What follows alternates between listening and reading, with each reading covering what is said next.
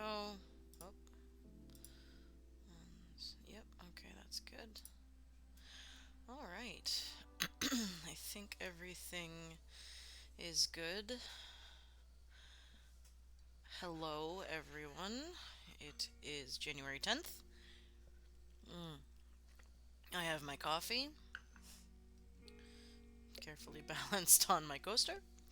Um, and we're going to be continuing some of our work that I have done, I should say, off screen. This is what I have for my new world of Galdor in my new campaign that I'll be starting in early February with some friends of mine. This will not be an actual play or anything like that. It might be something I consider doing down the line, but right now my focus on this channel is not actual play content. It is not in-game content. It is focused on the DM side of things and not just advice and, whatever comes through, but and Q&A and all that. I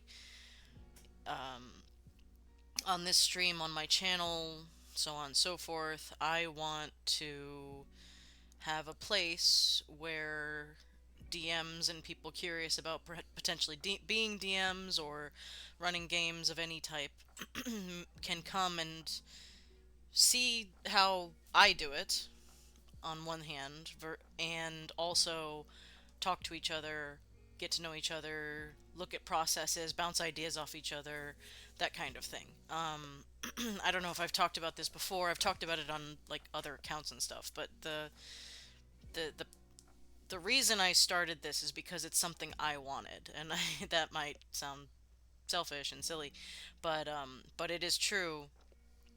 I started this because when I DM, when I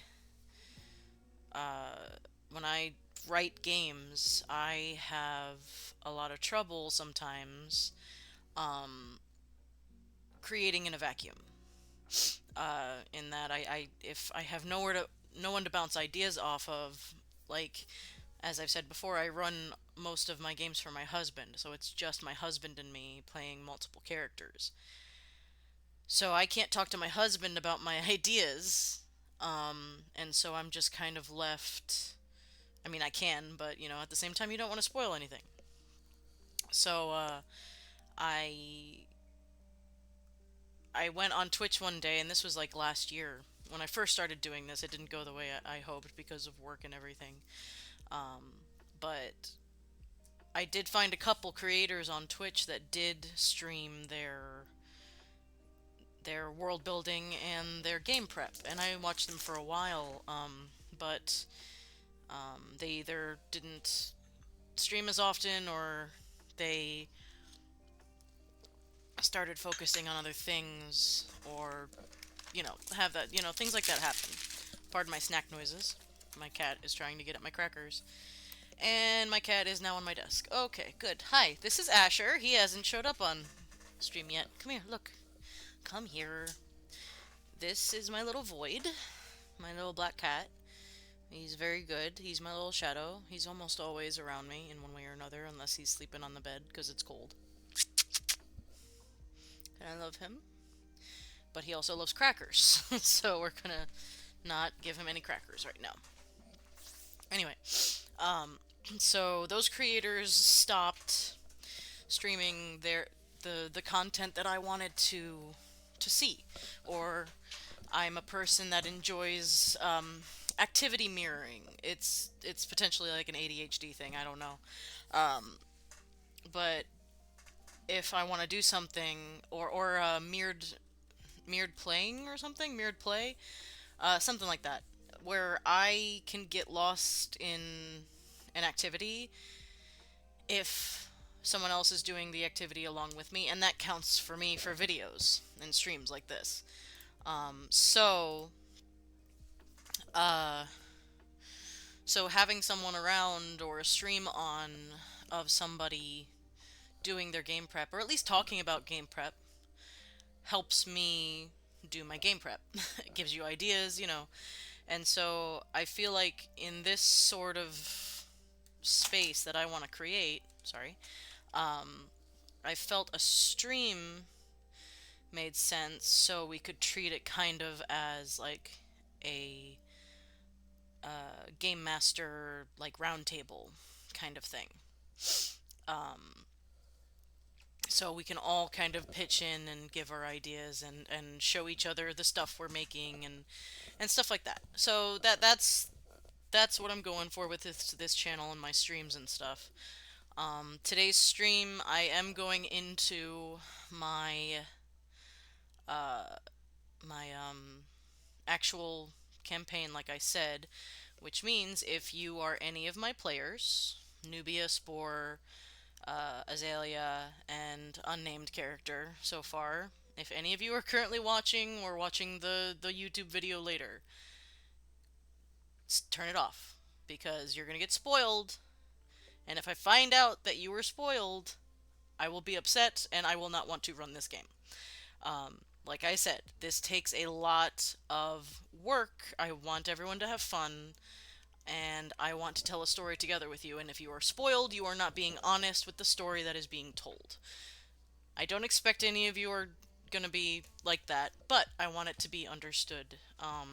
Same goes for any players out there or DMs out there. Be sure your players know. Don't metagame, don't spoil yourself, don't do that. It's not cool. Don't look up the monster you're fighting in on the internet while you're fighting it. That is bad form. That is rude, and it just inspires the DM to make it a whole lot harder and change the stats of said monster because I have absolutely done that. So, yes, you might be more clever than the DM, congratulations, but this is not a versus thing. The DM and the players do not fight against each other in the entirety of the game. That is not the point of the game. The game is collaborative. If you have a DM or a player that is trying to fight against you at every turn, that is. I'm not saying it's wrong. If that's how you and your DM agree to play, that's one thing. But if you're trying to sneak around your DM, don't do that. It's not cool. They work really hard. I guarantee you, no matter your DM. DMs work hard, and they do not have to. They really do not. This is a hobby and it is a labor of love. It is not something you start out doing for money. I mean, we cannot all be Matt Mercer. We cannot all be Brennan Lee Mulligan. Bless them. We cannot be Brianna Engar. We're just us. But we can make games goddamn good by being nothing like any of those people that have tens of thousands of people watching them. That is not the point of D&D. And it's not the point of becoming a DM. So, that's my soapbox for now. I'm sure I'll find something else about it later. Um, so, um, I have to update my Instagram. How do you do this stuff? Boop, I guess. Um,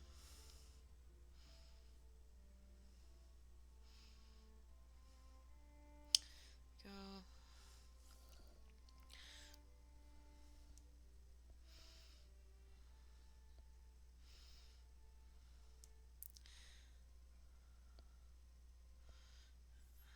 Alright.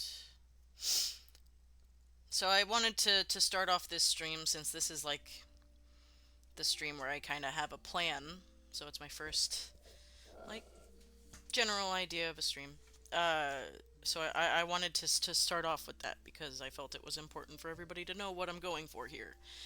And so far, the conversations have been great, and I've appreciated everybody's forth willingness to share their ideas, to give their critiques, and vice versa, and show the hard work that they do. Because game masters are awesome. Doesn't matter your system, doesn't matter how long you've been doing it, even if you haven't even run a game yet. If you're a game master, you're awesome.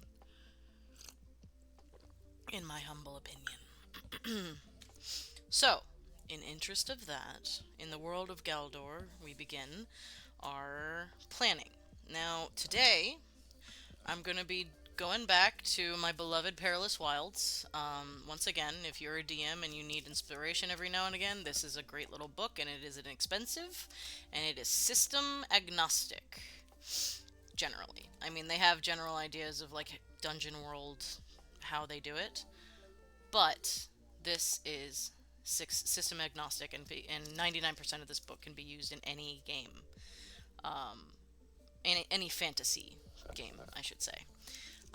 Yeah, it's definitely. I don't think it's gonna do you any favors in a modern game. So so we're gonna start with that, and we're going to continue with some hex mapping. As you see the little colored in one right there in the bottom corner, this hex map is representative of the area that the players are going to be finding themselves in and in charge of, so to speak. They're going to be heading there as part of the first, as part of the very first session. There's going to be travel from a larger city, which we will be building as well, just for fun, really, because they're not going to need it because they're going to be leaving it. But there's going to be about 3 days travel of some hexes that I've already. Those are separate. That's a separate hex map that I'll be working on. Of the actual wider world, but this is the focus of the campaign for the first probably 10 levels, is my idea. And this will be what is going to be called the Viridescent Valley. So, if you can imagine, because I can't draw, but in this valley, you know what a valley is, it is surrounded by mountains. This is quite literally a big bowl of an area in this general shape. So imagine mountains at all sides of here, and there is one known entrance and exit that the characters are going to be passing into and out of. That exit is going to get caved in as they go through it, through some shenaniganery, and from there they will be tasked with building houses, businesses, getting into this settlement that has already lightly begun. It's not a super populous settlement, and then they will be expected to go out, find resources, build up this thing into a relevant area for people to want to visit, and eventually to dig themselves out of the either find a new exit or dig themselves out of the cave in. That would be up to them. Um, so so that's the idea. That's where they're going to be, and this little corner here is where the settlement will be. And then continuing onwards from there will be whatever they find. And I'm going to have whenever they move into the next hex, I'm going to have to figure out the next surrounding hexes in whatever direction they're deciding to go. So I'm hoping they give me enough warning, and if not, I'll be like, well, how about you wait until next thing, and then I'll tell you what's in that hex. So, from my reading, the general accepted amount of distance that the hex represents from like tip to tip is 6 miles all the way across. I read an article about why that makes the most sense. Something about math and stuff and how things split up. Um, it sounded good. I mean, I didn't argue with his ideas. I forget the name of the blog. I'll have to figure it out. But it was a good article. Um, but so in that space, 3 hexes are 1 day's travel at kind of an average pace. Actually, at a pretty fast pace, but still. Um, so you're attribution. No, not attrition. There you go. Your attrition there. Hand wave the exact measurements of time and stuff like that. So, looking at how Perilous Wilds figures out their hex grid, we have. Where are they? There we go. We've got the hex map numbers listed out right here. What is happening with that? Stop it. There we go. So all the way down in 100, we have Quick Spring Steading. That is where they will be going, and that is where their adventure will begin officially. Um, so what I figured out with that was I rolled up abundant resources. Fantastic. That means there's going to be cool shit all over the place. Very useful. Monster problem. Okay. And I rolled up the type of monster, and it was some sort of bird. Currently sleeping. It is currently hostile. There are 7 of them, and they are large. So that gives me their first little, hey, you want to be part of this community? We got to ask you a favor. So they're gonna be tasked with going out and ridding the town of this problem.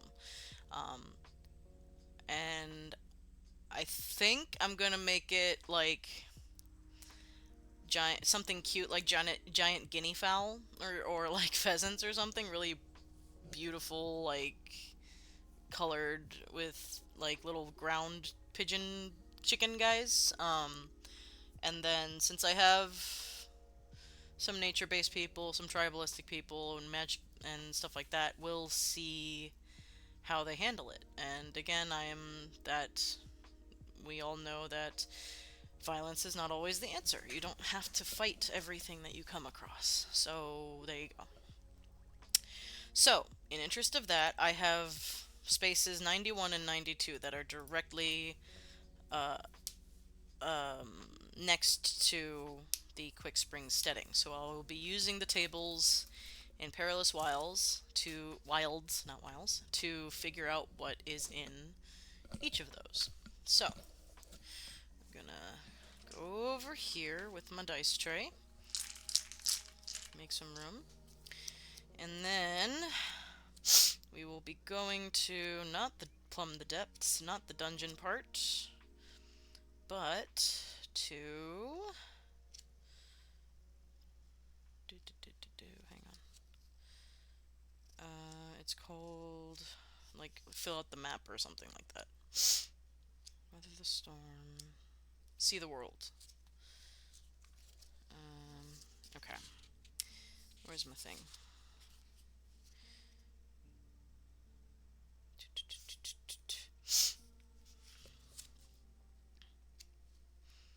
Okay. Then you've got random regions and random places if you wanted to widen the scope of your roles, but I do not have to do that right now. So we'll figure out if there's like any, deer trails or such things from there later on. We'll see how rough the space is here. Oh, excuse me.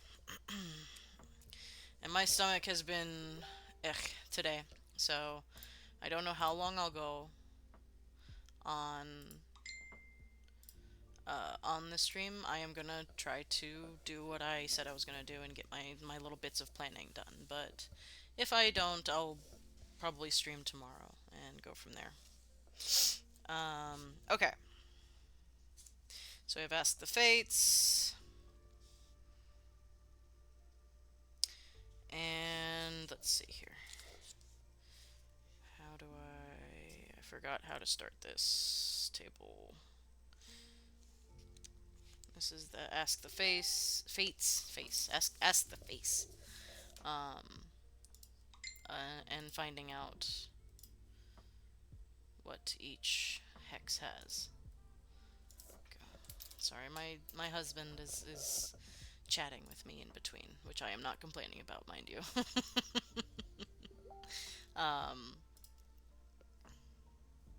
Sending me pictures of our own cat. Gotta love it.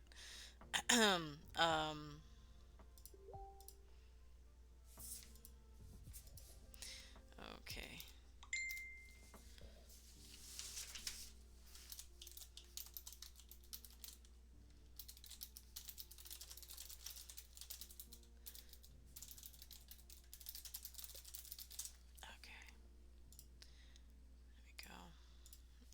Sorry about that. All right, here we go. Good old D12 generally. Details of. Okay, hang on a second.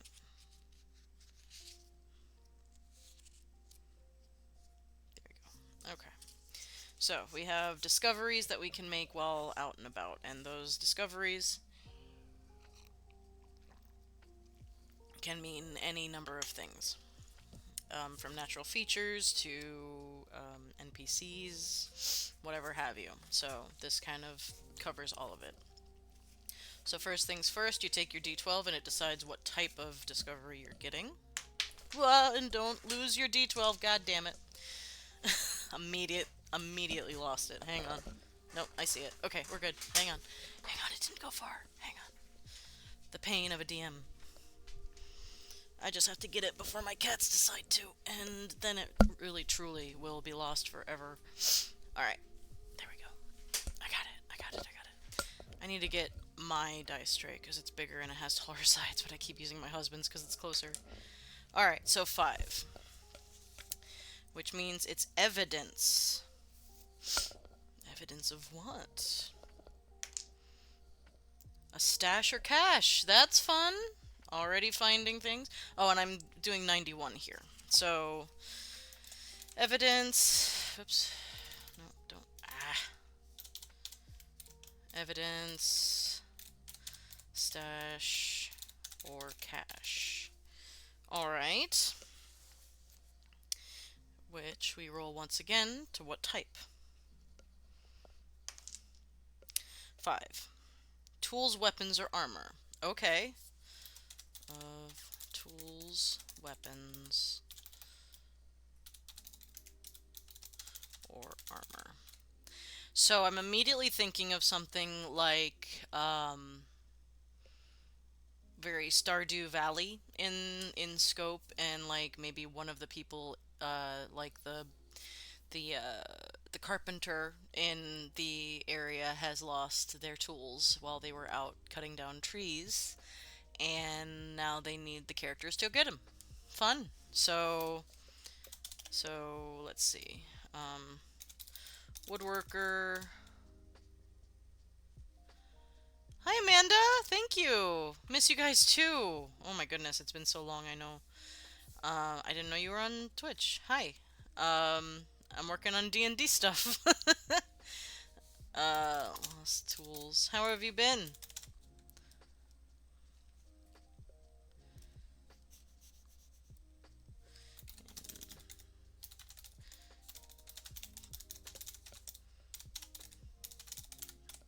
All right.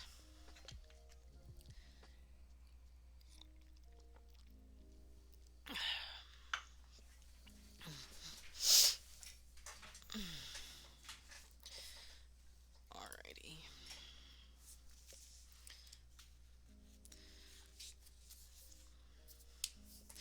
So I've got to figure out also if they're going to go get tools, they have to deal with something that's maybe stolen it or guarded it, something like that. So I'm gonna see if there's any danger there.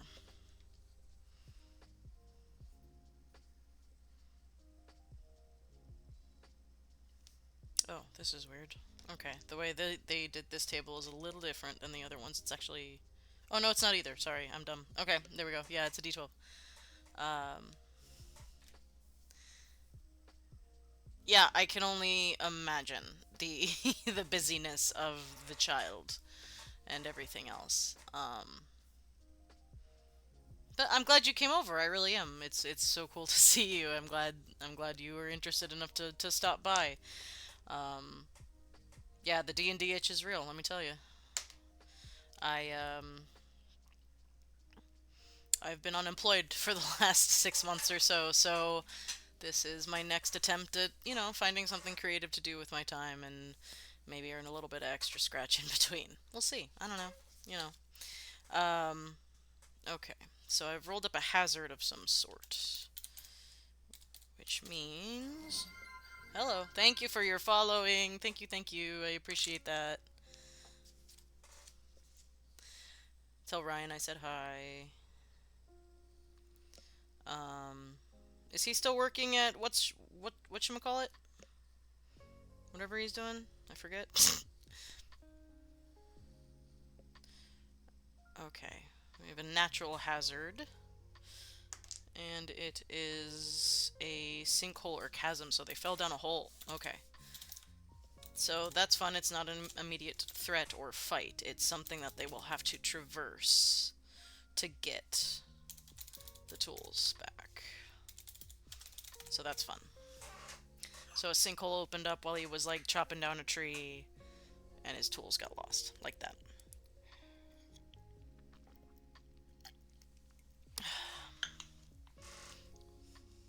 Alright.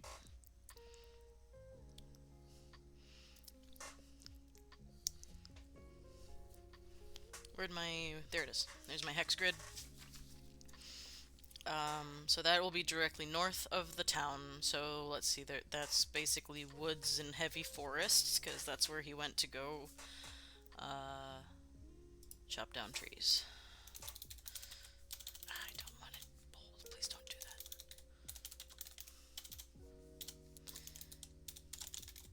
Go. Okay. Oh my god. Okay. Okay. Sorry, trying to get comfortable there. Alright. So there's that. That gives us a general idea. That could also lead to, you know, if the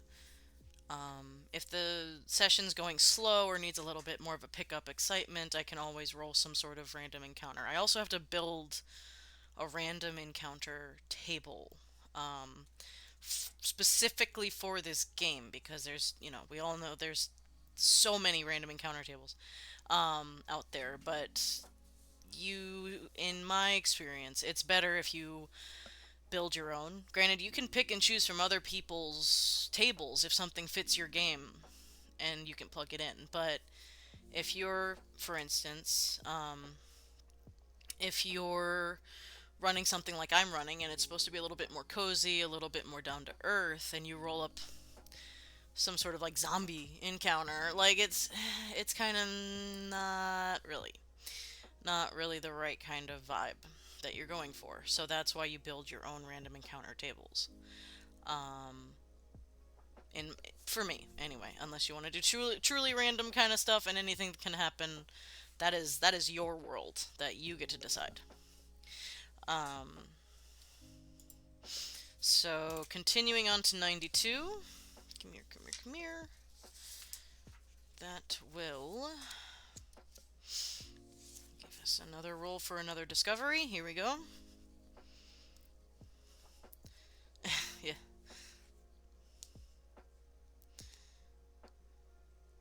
Oh, that's good. I'm glad he's going to school. I'm glad you thought my games were fun. I appreciate that. Um, what is he going to school for? More IT stuff or something new? All right. For 92, we rolled up a 9, which means a structure. Okay, fantastic. So maybe we'll have some sort of something to explore. Let's see. It's a 7 again. A steading. That doesn't make sense for here because they just came from the steading and it's supposed to be the only steading in the valley that is known. Um, Big Ben. Yes. I love my boys. I love my big boys. I'm gonna re-roll that structure roll because I don't want another steading next door because that doesn't make a lot of sense, does it? A ruin! Hooray! The best thing for a DM. We might be able to build another dungeon today. That's fun. Alright. We'll see. It's a roll of 9 through 12 for a dungeon, so we're gonna see if there's a dungeon right outside town. 8. It's not a steading! Stop it. Maybe I'll just choose dungeon. We'll see. Let's see. If this roll doesn't give me something, then I'll say dungeon. A dwelling. Okay, so we have a dwelling. Oops. Which means I can roll up creatures responsible, age, ruination, and visibility. Always fun. So let's see. That might give us ideas of what is out there. So What creature? 10. A monster. Okay. Monster. Let's see. Let's see. So for the monsters,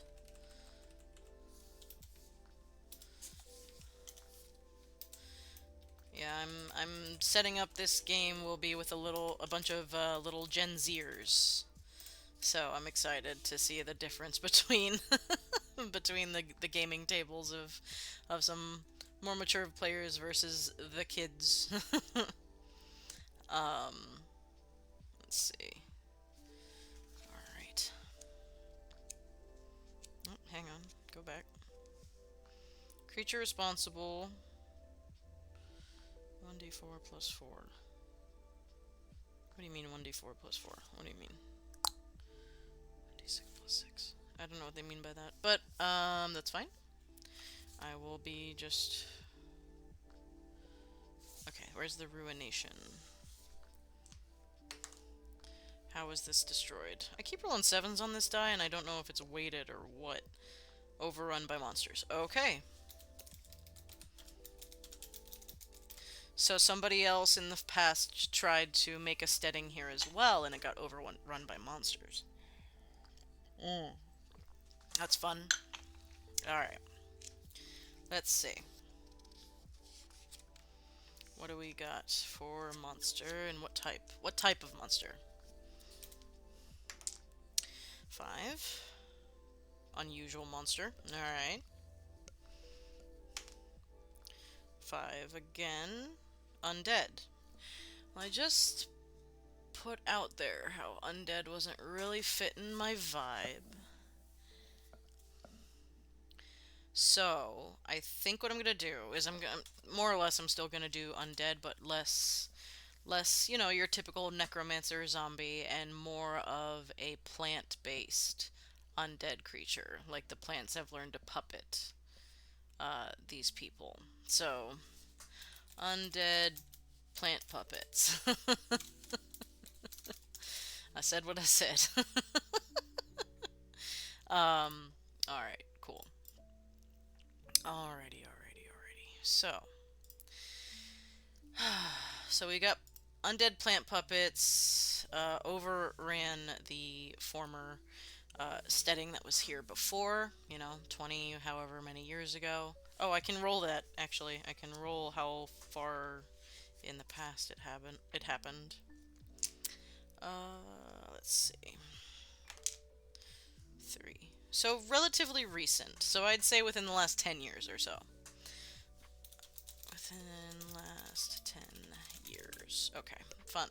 Alright, so characters have to go out and defeat and find the cause of these plant puppet things. So, let me... Now, I've gotten overrun by monsters on the Ruination. There is another table. Here we go. Oh, that's the same table, actually. They have 2 ruinations, one just for details, and one for specifically dungeons, but they're the same one. Okay. Alright, so that gives us 2 hexes, and that actually gives us a lot to work with. That has 2 separate quests in it. So, what that means is, I have to figure out the NPC that is the woodworker of this place. I don't think I figured that out yet. I do have a list of NPCs, but I don't think I've done the woodworker. Then I have to, since it's only about 6 miles away, give or take. So if they're in the middle of the one hex and they're going to the middle of another hex, that's about 6 miles. That's about 3 to 4 hours of walking. So I don't want that to be boring, obviously. So some sort of something has to happen along the way. I have a ranger, so she's going to be wanting to track. So I have, the roles. Oh my god, survival roles. That's a hard one. To figure out from there, that will lead them into potentially other things that they find. Now I have to decide whether or not I want to figure that out ahead of time or leave it to chance in the moment. I'll probably figure it out ahead of time just because having it ready is no bad thing. Um, okay. Okay, so survival rolls ranger for tracking. Great. Alright, now, let me see here. There we go. One of my favorite resources is right here, D&D Behind the Screen on Reddit.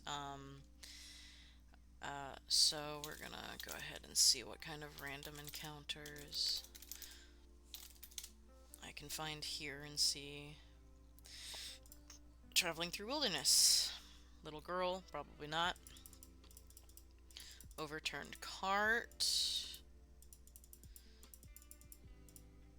Okay, which is like a cursed brooch. I don't really like cursed items. Again, I will say it over and over again.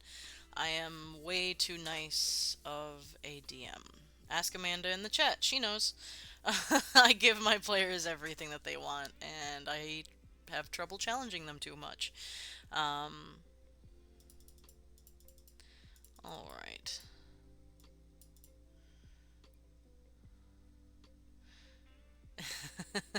Yeah. I am not the cursed item type of.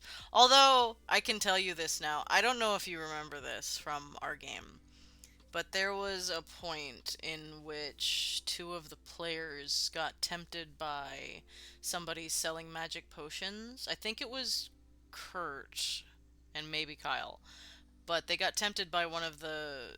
I think it was during the little festival at the school, but they got tempted to buy like a big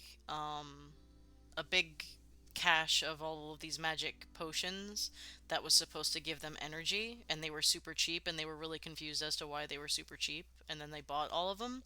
I don't know if you remember that, but the whole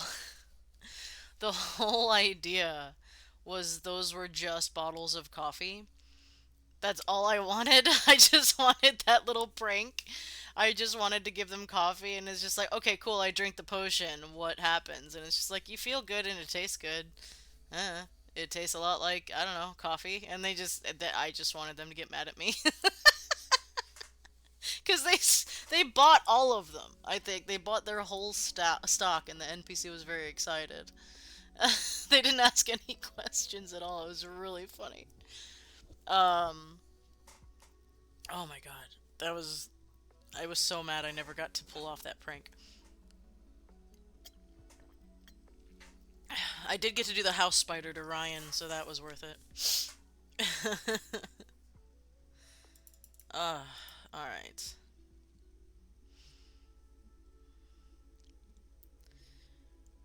Let's see.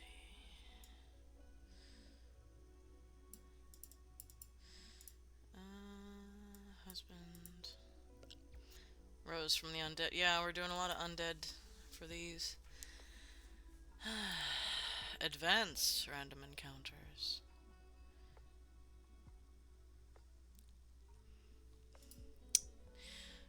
What's something fun that you can deal with? Well, the problem is with this is because they are truly meant to be in the wilderness. This is meant to be Quick Spring is meant to be the only steading in the valley for whatever reason. I haven't figured it out yet. So, um, so it can't be like humans or anything necessarily. It could be a tribe, but I don't want to jump the gun too much on that. Let's see. What's a fun encounter that doesn't necessarily mean having to battle something that doesn't rely on NPCs? I guess I could roll up on my other tables and see what they tell me. Um,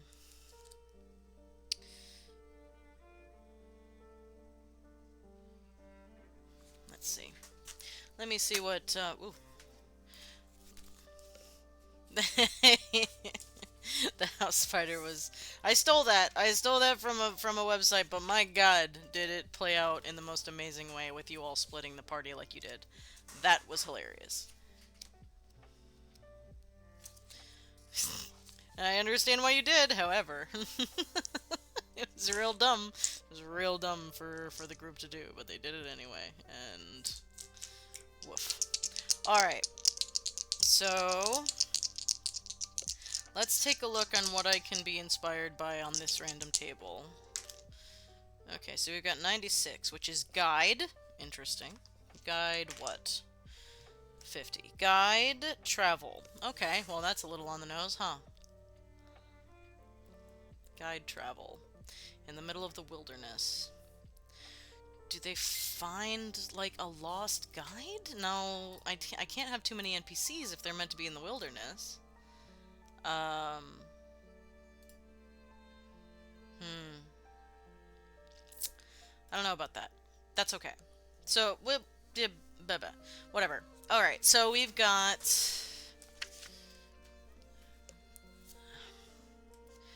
So, let's... Whoops. No, I just need 104 for this. Let's do Hex 91 Adventure. Well, whoops. There we go. Alright, so... So we need an NPC. Alright, and I'm going to the always trusty handy dandy Pinterest for my NPCs. Let's see. I've got my NPC board. Let's see here. Now I could go... If they're meant to be a woodworker, let's see. Where's my other NPCs? I've got an NPC list already started. Here we go. So far, I've got her, them. I've got the bartender, herbalist, farmer, the kids, one druid. Oh, I actually might need to change that because he needs to be... I change this to a taxidermist. There we go. Innkeeper, child. Okay, so here we go. So then we got our NPC generator. This is a great website if you don't know it. Oh, is it this one? This is not the one I mean. I mean, this one's good too. I've used both of these. NPC... NPC generator. This is the one. Ha ha ha. Alright, so let's boop. So we'll do whatever as far as you gotta be good because I'm not dealing with shenanigans like that. Extra that and working class, I guess. Nope. Learned martial? No. Oh, well, forester, I guess. We'll do that. Alright. Rock gnome.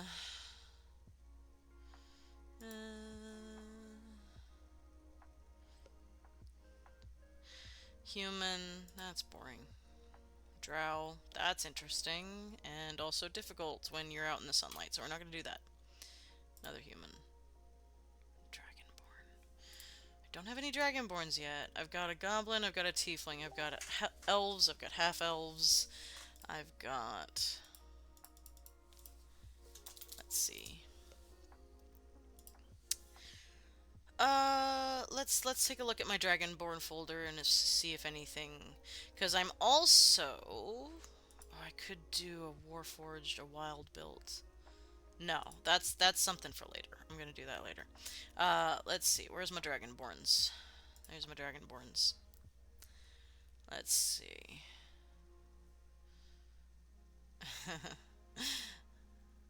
Alright, I got a lot saved here. They're all pretty epic. I don't want anything too awesome because he is supposed to be just a guy that goes out and chops down wood. I mean, he's cute. I rather like him. He's got kind of a little chubby face, round nose. Okay, he's really cute. I might do him. Alright, so I'll put him over into my board that is specifically for this game. Alright, so Sirith. Sirith. Do I like that name? Sirith is kind of a cool name. Okay, so let's do Sirith. Sirith. Oh my god, I can spell, I swear. Um, oh, there's two R's. Well, that's why it looked wrong. Okay. Going in through here, we've got profession, woodworker. He's gonna be a he/him, I think. He's gonna be a dragonborn. Personality. Let's see. Short-term goal and long-term goal. Alright. So, for anyone looking on how to make NPCs, these are my kind of like need, generally speaking. Oh, I also do voice, um, which is very important reference for me because I tend to kind of go all over the place with my voices because I just get excited with the ability to do a voice. So, um,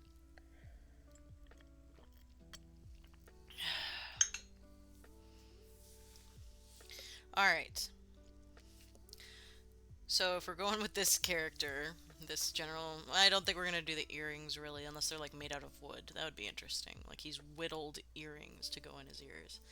Um, yeah, I actually like that. Like beads. Oh, that's cute. Okay, yeah, we'll do that. Okay. So Sirith, doesn't strike me as a particularly feminine name, even though the NPC generator said it's a female. So I'm not too worried about it. Bronze works, I believe. Bronze Dragonborn. Let's see.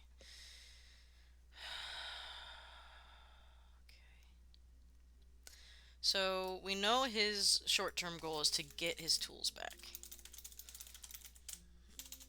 from Sinkhole. But I'm gonna say he's probably was injured when that sinkhole kind of went down, so he can't go back just yet on his own, and nobody else can spare the time.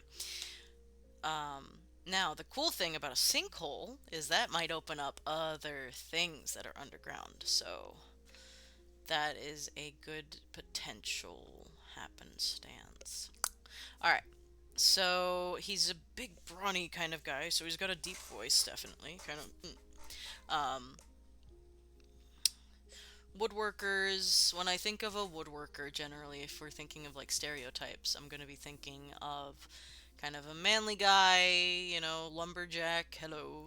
But, you gotta do the voice. Do I want him British or do I want to do something else with that? British is, the one to go for automatically, but if I just want something a little bit different for a dragonborn, I could just be a very deliberate kind of way of speaking, just kind of slow and maybe slightly accented, but he tries to fight against his accent so he can be understood, that kind of thing. Um, yeah, and then bronze dragonborns, what are they into again? Oh, goodness.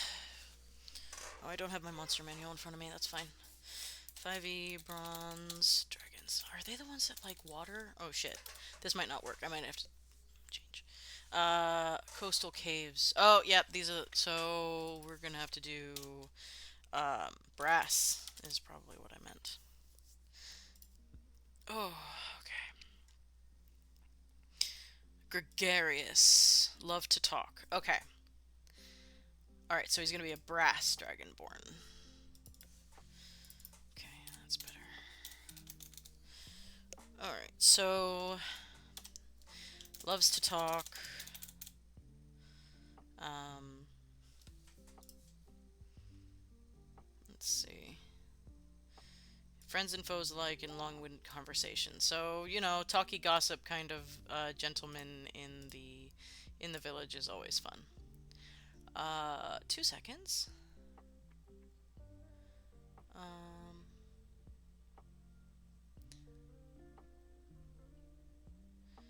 all right.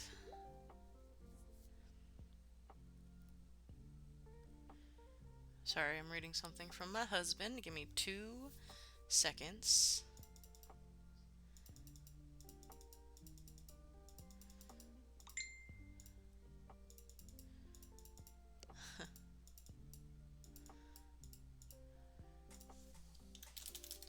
He just came home from a checkup from the doctor, and he's doing well.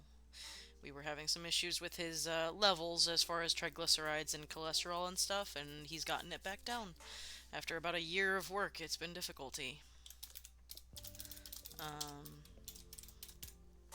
so happy, happy for that. Okay. Oops, don't want that. Here we go. Okay, give me 2 seconds. I'm gonna hit the bathroom very, very quick. And yeah, he's doing very well. I've been busting my ass on diet stuff. Yeah, I'll be right back though.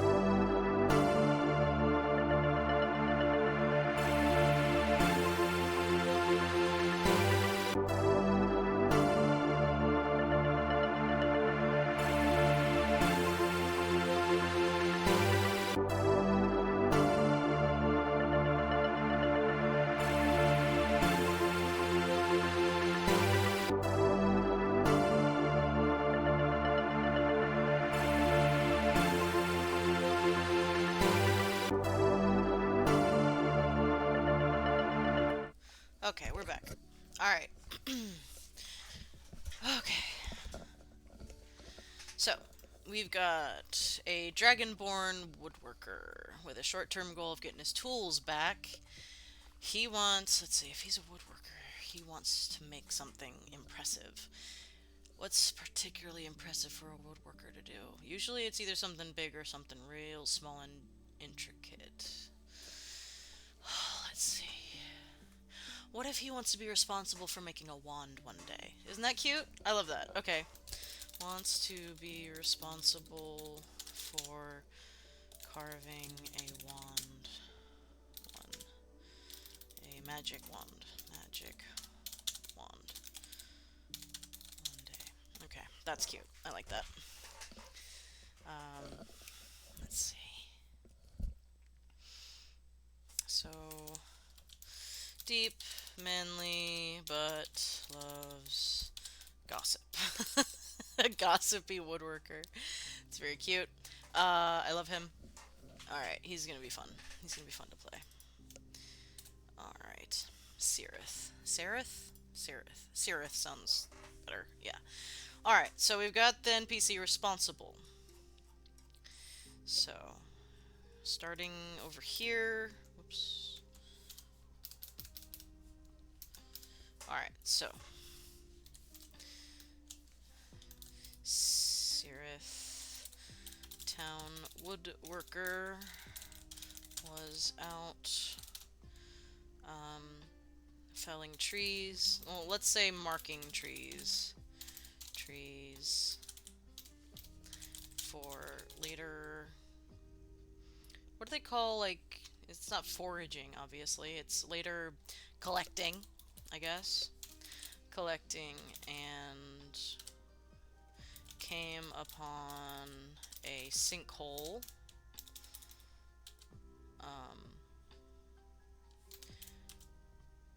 As it fell through, he was able to jump out of the way, but lost his tools, his tools, and injured his foot. He is unable to get his tools back. I keep saying tools back himself, and asks the party to do it for him. Alright, so what reward would it be? I would say it's either... Now, this could be a fun thing because it could mean the characters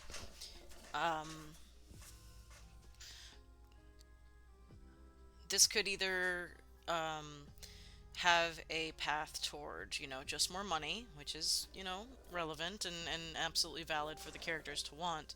But it could also mean if they get free word working from this guy, he could fix up a house for them to share. And that is always fun. And let's see.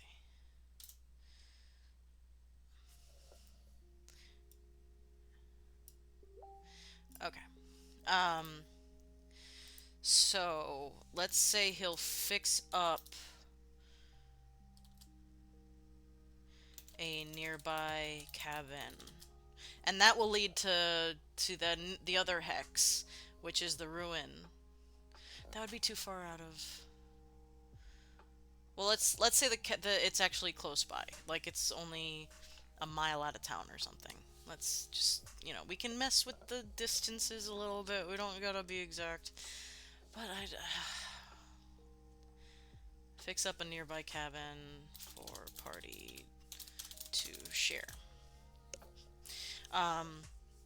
It may not be in the next hex, actually. It might just be a little far, but not too far from town, like up up a hill or something, or maybe deeper in the woods, something like that. We'll see. But the characters, the party will have a house, a cabin to share. Giving the party a place, a HQ to go and base all of their adventures out of really helps with, immersion and keeping them together and building upon something. So, that's cool. Alright, so they have 6 miles, which is about 3 to 4 hours of travel to travel. So, 6 miles out of town, where the forest gets thicker. About 4 hours travel, give or take. Now, let's see. How do we figure the encounter? I would say at least one encounter, not a whole, like, you don't need to do one for every hour of travel. I've seen people do that, and it gets, for me, real old, real fast. I did have the idea of the party finding a dog, but I feel like I'm love bombing them. Again, I'm being too nice. Don't wanna don't wanna give them too much at once to worry about. Let's see.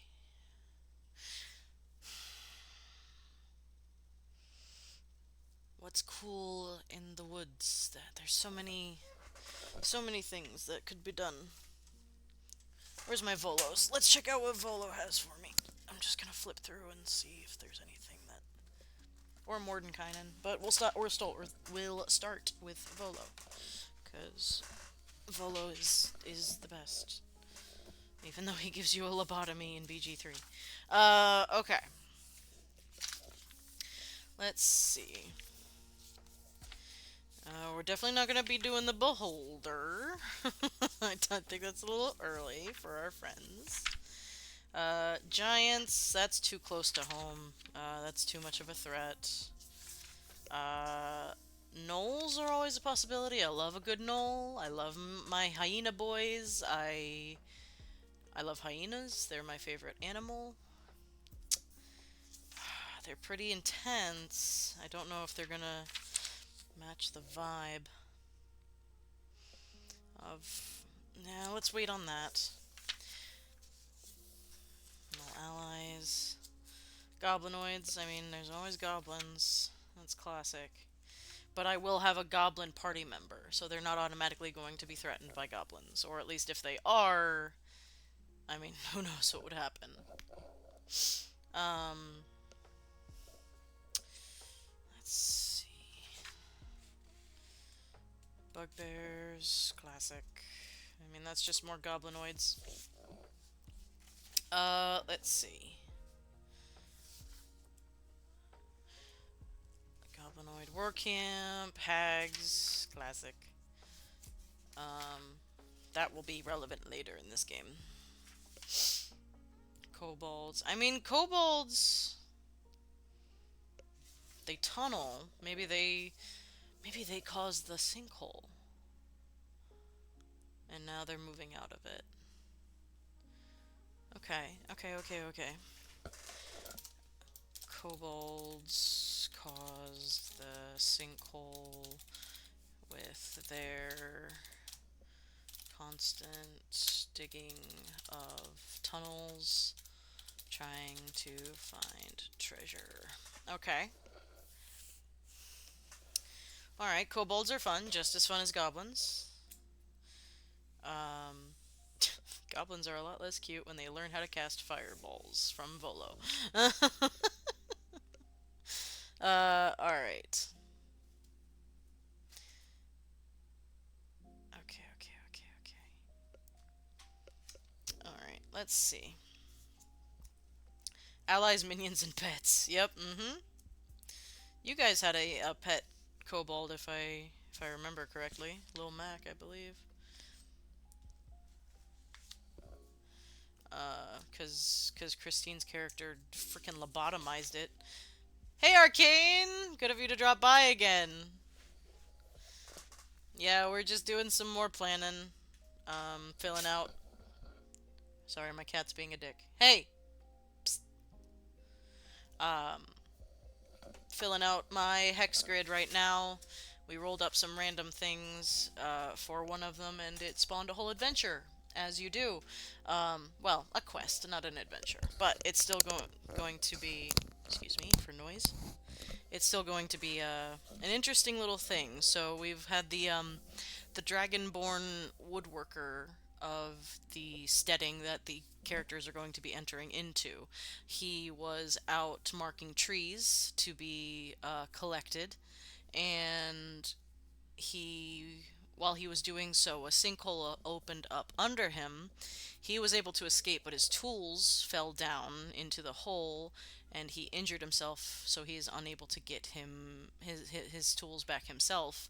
So he tasks the characters with doing so. And now we're figuring that kobolds are responsible for the sinkhole because they've been tunneling under the ground in this area.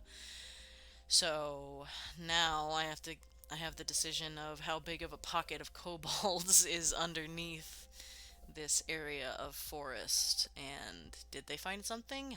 Are they just looking? Are they lost? Are they trapped?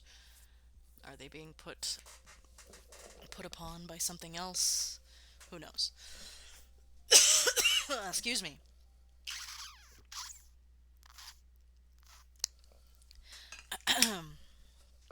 All right. Let's see.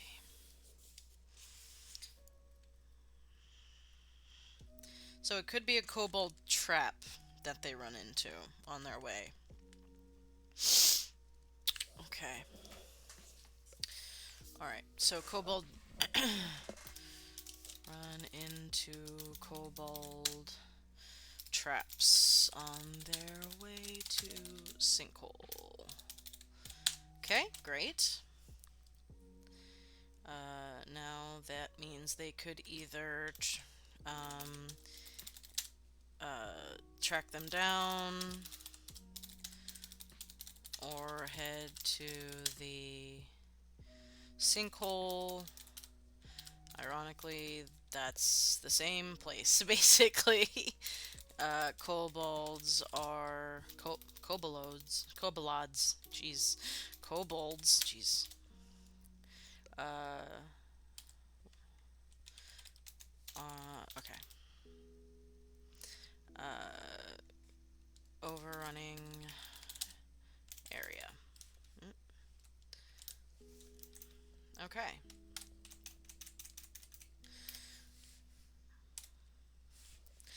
Alright, so we've got kobolds overrunning this area of the forest, kind of flipping out like ants that had their ant hole stepped on.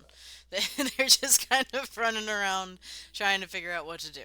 Alright, God, I love kobolds, they're silly. Okay. So that's fun. So what kind of... They've got examples of traps for that kobolds use. Bear traps that fall on tall creatures' heads. Jesus Christ! What is this, Saw? Oh, God. Ooh, ooh. Bells, barrels, caltrops, crates of centipedes, ugh, falling blocks.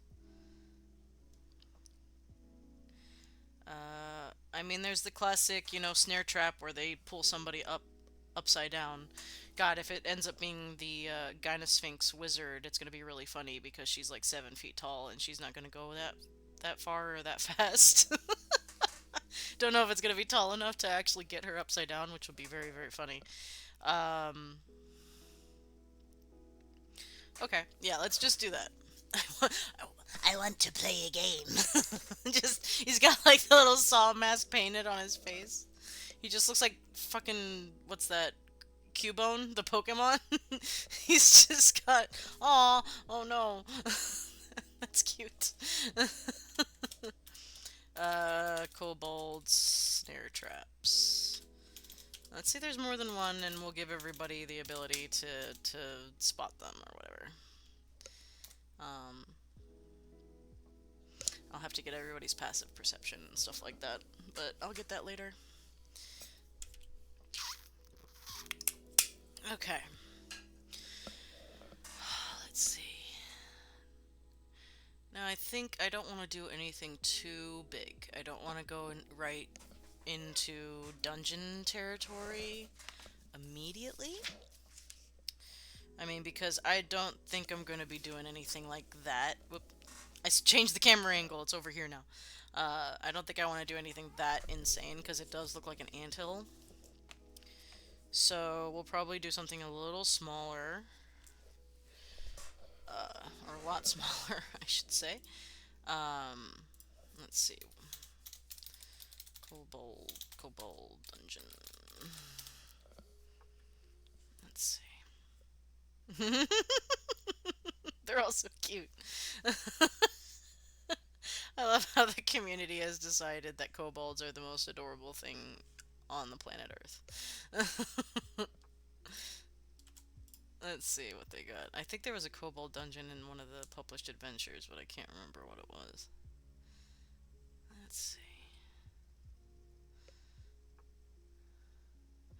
My husband, he put like alligator kobolds, so they had like the eyes in his water deep uh dragon heist game that I was playing in, and I love them. I love alligators. They're so cute. All right. Small. And there is no shame in using pre-rendered maps for anyone. They are a excellent tool to have. Um, Especially for someone like me when I struggle to do tunnel type maps, in that they're not nice straight lines. They're more like this, little tunnels and stuff. That's what I'm thinking this place looks like. Uh, this is a cool little. Oh, it's like a maker RPG. That's fun. I have so many of those. Oh my god, my cat is on my husband's painting desk. Psst. Could you come here, please? Could you not? Those are fragile. Thank you. Oh my god. Let's see. So, a small single family of kobolds, I'm gonna say. So, like, maybe 20 of them.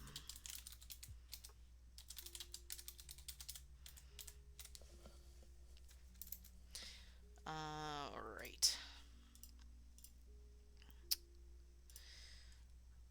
Alright, and now, because the internet loves their big epic maps, it is actually... Oh, that's interesting. Hmm. It's like in an old dungeon, not quite what I'm looking for, but it is cool.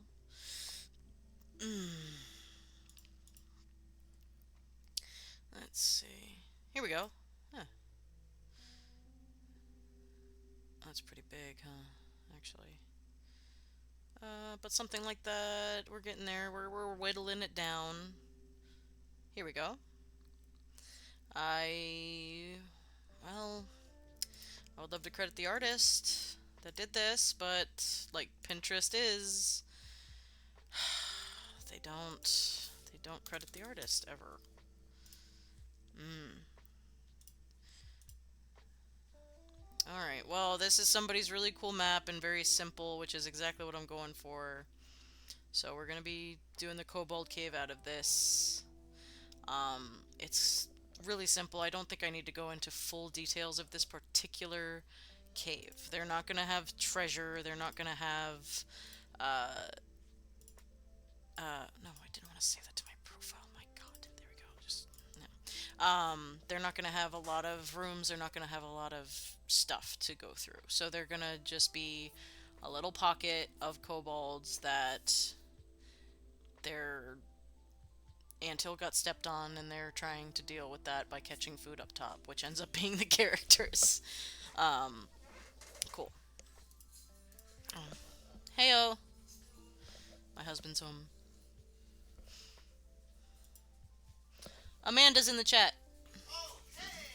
He says hi, Amanda. All right, so all right. Mwah. All right. All right. Small dungeon.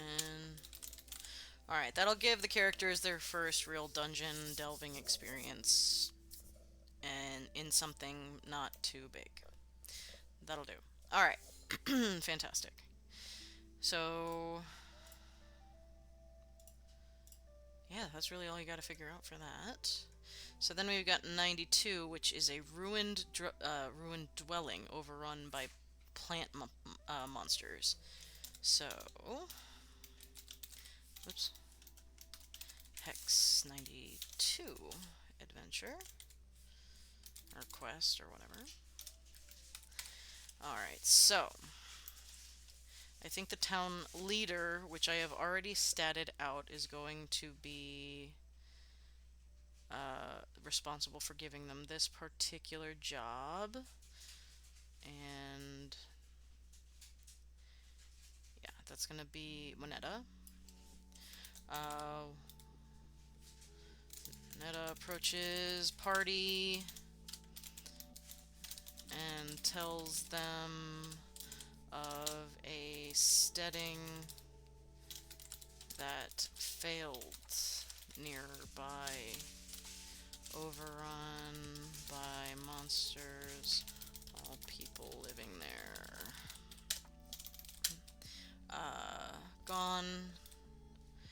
Um, if it is cleared out, there may be resources for the town to use. And if the characters wish to be the ones to clear it out, whoops, clear it out, then they get first dibs, basically, on some of the resources. So it's like, you know, finding an old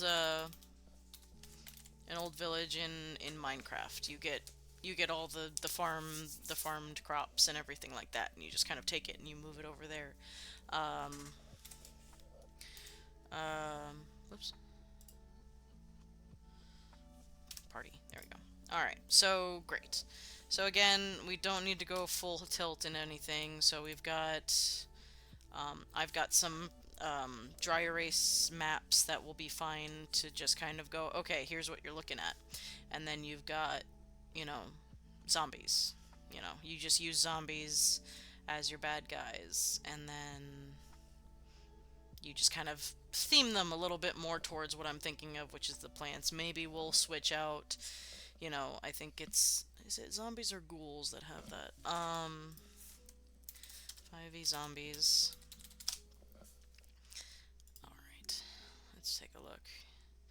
So they'll be level 2 at this point. So zombies a 4th, so they can deal with 8 zombies, give or take. So we'll probably give them like the little bush creatures. What are they called? Shambling Mound ability. I think they have like a thorn ability. We can give them that, or the entangle. Both of those are great to theme your monster just slightly differently, but using the same stats as, you know, what have you. So,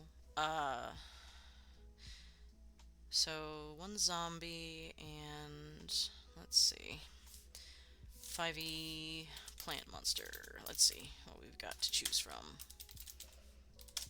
Somebody might have homebrewed something cool. Who knows? Definitely. Alright, so we'll go by CR here. We've got Awakened Vines, Vineling, Biodekubaba. Biodekubaba? I don't know what that is from, but... Oh, a Snapdragon. Oh, look at him! From Dragon Quest. He's a silly guy, and I kind of love him. Yeah, we're gonna use him. I like him. Often menace to travelers in small packs, stealing their rations and valuables. They're fickle creatures, often abandon their new toys not far from where they've been attacked.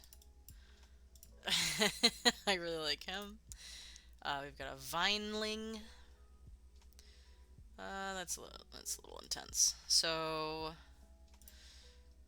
Awakened Vine. Yeah, boring. Let's see. Sporpion. A Sporpion sprout.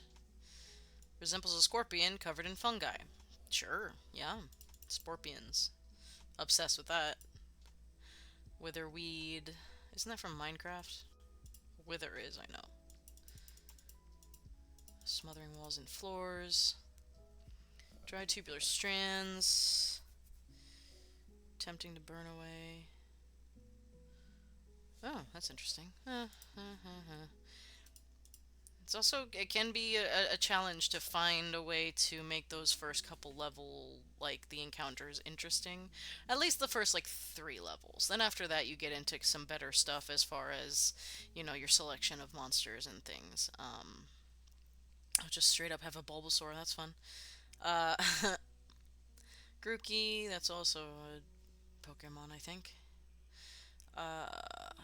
Awakened Shrubs. Amber Lotus Flower, that sounds pretty. Oh. Oh, that's just the thing from Jumanji. Except it instead of just spraying you with poison, or instead of hitting you with darts, it sprays you with poison. Octopus. Oh my god, I love it. Oh no. Octopi. Oh no, it's stupid and cute and I love it.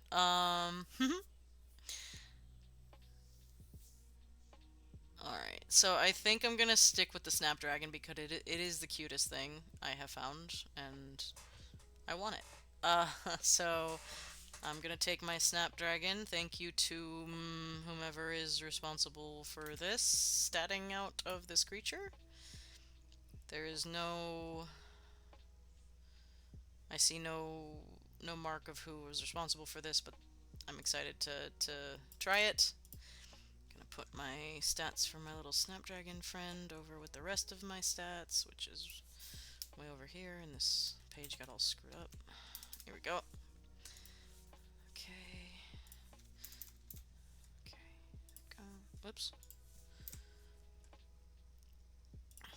Okay. Alright. Snapdragon.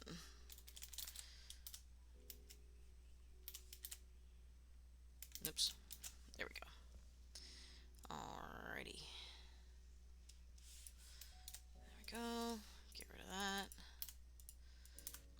And they can always, like, talk to it or make friends with it if they really, really want to. Absolutely possible. They aren't... Wait, they haven't... Oh, no, okay. I was about to say they have an intelligence of 14? Seems silly, but no, it's fine. It's the intelligence of 2. Um, 2.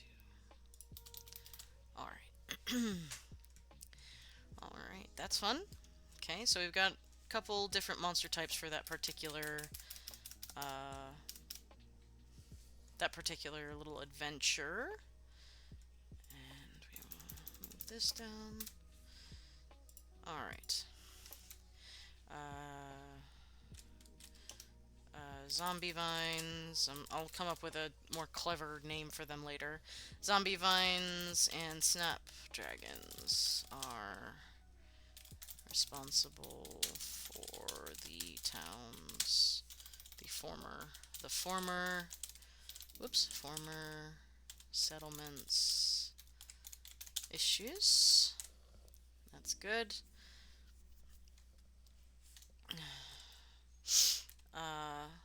And now we get to figure out treasure. Always fun. So this will again be from some pre prefigured a book of dry erase maps that I have. So I don't need to draw a whole map for this. Um, and so figuring out, you know what? I'm gonna go back to my astonishing random tables and take a look. I don't remember if they have a lot of various treasure tables. Let me take a look here. They have spell scrolls by level. Okay, so that's a possibility. I'll probably roll from there. And pickpocketing, dreams, prophecy, strange mutation, art objects. That's always good. Okay, so let's roll up a spell scroll. So we got 153. Let's roll up a spell scroll for our good adventurers. Oops. Go.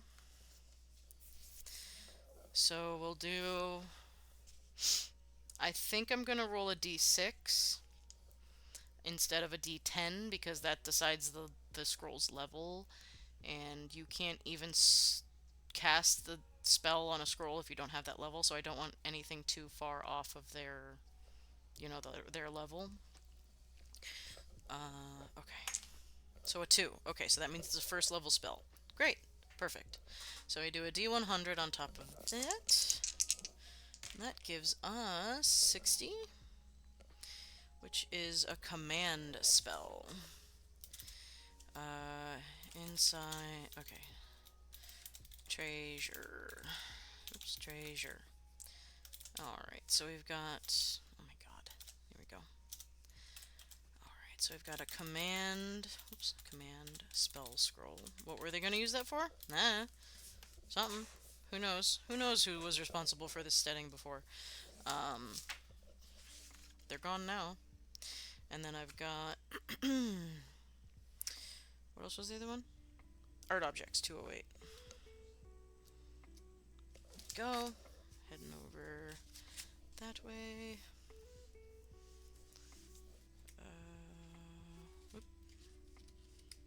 Okay, 208. Here we go. There's another D100. Such a great book. That is a 55. A lacquered jade folding fan with leaves made with light fabric woven from mithril thread. Ooh. Alright. So, I think my players are going to enjoy these very pretty items like that. A lacquered jade folding fan.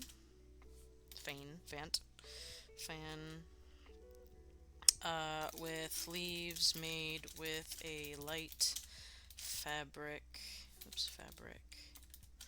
Woven from mithril thread. Let's see, how much should that be worth? If it's just mithril thread, it's not going to be too crazy. But it's still going to be significant. Let's do 25 gold. That's $250 in as far as I understand the economy. A gold is $1, so that's, you know, silver thread and that kind of thing would be relatively expensive. So that's nice. Alright. Now, I can also use the PHB, which I don't know if I actually have it with me. Well, I might have to go get it, but that's fine. Strange things in a shipwreck. I also have my other book of random tables, which we'll figure out there. Books. We could do book. I already did some books. Well, I'll do more books. Screw it. Books are good. That's 207. Let's see here. Okay. Let's do a book. Maybe multiple books depending on what I roll. 69. Nice. Never do what I did. Billingsley, Nerfarthling's Guide to Teleportation Mishaps. Billingsley, Nerfarthings. I'm gonna mess up that name in the middle of the game, and it's gonna be a problem. What would that give? What would that give to the players? I guess it could be like a +1 to Arcana, I guess, if they spend time reading it.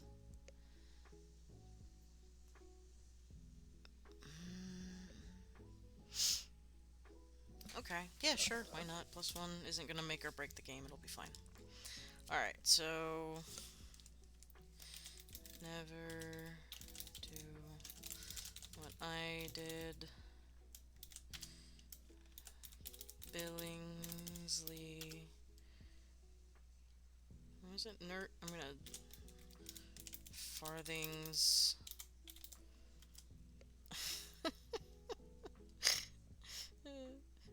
Guide to teleportation mishaps. Always nice.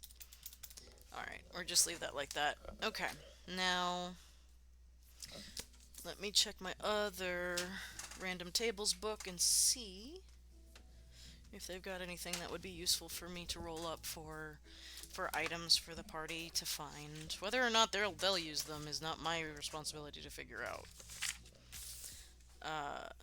Items, here we go. Items in a bandit barn, just cottage, dragon's lair, hunter's campsite, noble bed chamber, smithy, troll's cave, wagon, warehouse, wine cellar, wizard's chamber, adventure saddlebags, inn's kitchen, magic items, musical instruments, Okay, there's a couple things that I could use in there. 2 seconds. Let me see what else we got. Culinary herbs and spices. They could find some fruit and food. Yes, food. Um, uh, so let's see what bandit hideout. They're all next to each other, so I'll just flip through and see if they have anything particularly interesting that I could check out. Okay. Oh, they include money and stuff here too. Okay, I could roll on this a couple times and get them some interesting things, I think. I'm gonna put you over here while I roll. 66. Okay. A torch. Okay. Yeah, torches. So I think they'll have torches. Let's just list all the mundane stuff together. If I roll anything particularly cool, then I'll put it. Empty wine bottle. Thrilling. Okay. If this is too boring, I'll just pick. Dagger. Okay. They'll be level 2. That this kind of stuff will still be kind of interesting for them to have access to. Um, let's see. Let me see, 57. An anvil. Well, I mean, that could be useful, but you have to carry it. Yeah, sure, why not? Anvil. So far, this group doesn't have a strength-based person, so seeing how they deal with that problem would be interesting as well. Of course, they could just leave it and tell them and come back later. Um, so, who knows? Oh, I just rolled 100. A scarecrow. Yeah, alright. Alright. I kind of like rolling up these random little mundane items sometimes. It just kind of gives you an outlook on stuff that maybe you hadn't thought of before. So, who knows? Let's see here. Items in a chest. So I guess I could give him a chest. That would be fun. Something to pick for the... Yeah, there we go. Okay, we'll do locked chest. Locked chest for the rogue. There you go. Gotta have something for the rogue. 74. Okay, there's some candles. Sure. Alrighty. 56. I'm rolling a lot of 50s today. A seedling sprouting from soil. That's interesting. Could be interesting for the ranger. It could be just sprouting from underneath the chest and it's rotted the bottom out. Who knows? Sprouting from soil. Okay. 36. A ram horn trumpet. Oh, gods. That will be a chaotic thing to give to the party, but okay, yeah. No, I like that. We'll do something kind of pretty, something like, um Boromir's Horn of Gondor. Ram horn trumpet. That's fun. I like that. 60. Oh, no, thank you. Let's do gold as well. I'll just go ahead and roll a d20 for that. 6 gold. And 6 gold pieces. Okay. No, you can't come up here today, Thumbs. Please. Back. Back, back, back, back, back, back, back, back, back. Get off my book. Thank you. Okay. So, I mean, if they roll particularly good, I can always refer back to my random tables and just do it then. That's totally fine. So far I've got, let's see. So I've got a spell scroll for the wizard. I've got something to pick for the rogue. What have I got? The ranger themselves will probably have they'll probably be on the up and up anyway because they're going to be the one like traveling and survivaling and stuff like that. So,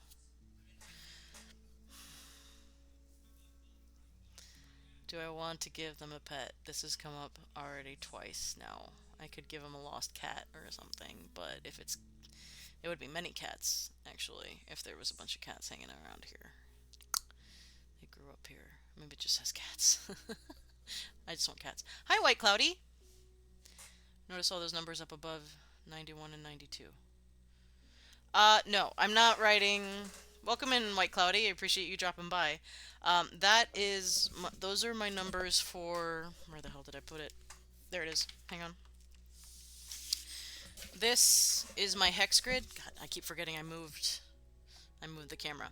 So this is my hex grid basically, where that is representative of the valley that the players will be traveling to. Um, Thank you so much for the follow. I appreciate it, White. Yes, absolutely. I absolutely love body doubling for stuff like that. Please do. That's exactly what I'm here for. Exactly what I felt I needed, and so I made it happen myself. So, yes, absolutely. You are more than welcome to lurk while you're building your own world. Tell us about your world, by the way. We would love to hear about anything that you're working on right now. But yeah, my hex grid has 104 spaces. So they are starting in this bottom corner here, the colored in one.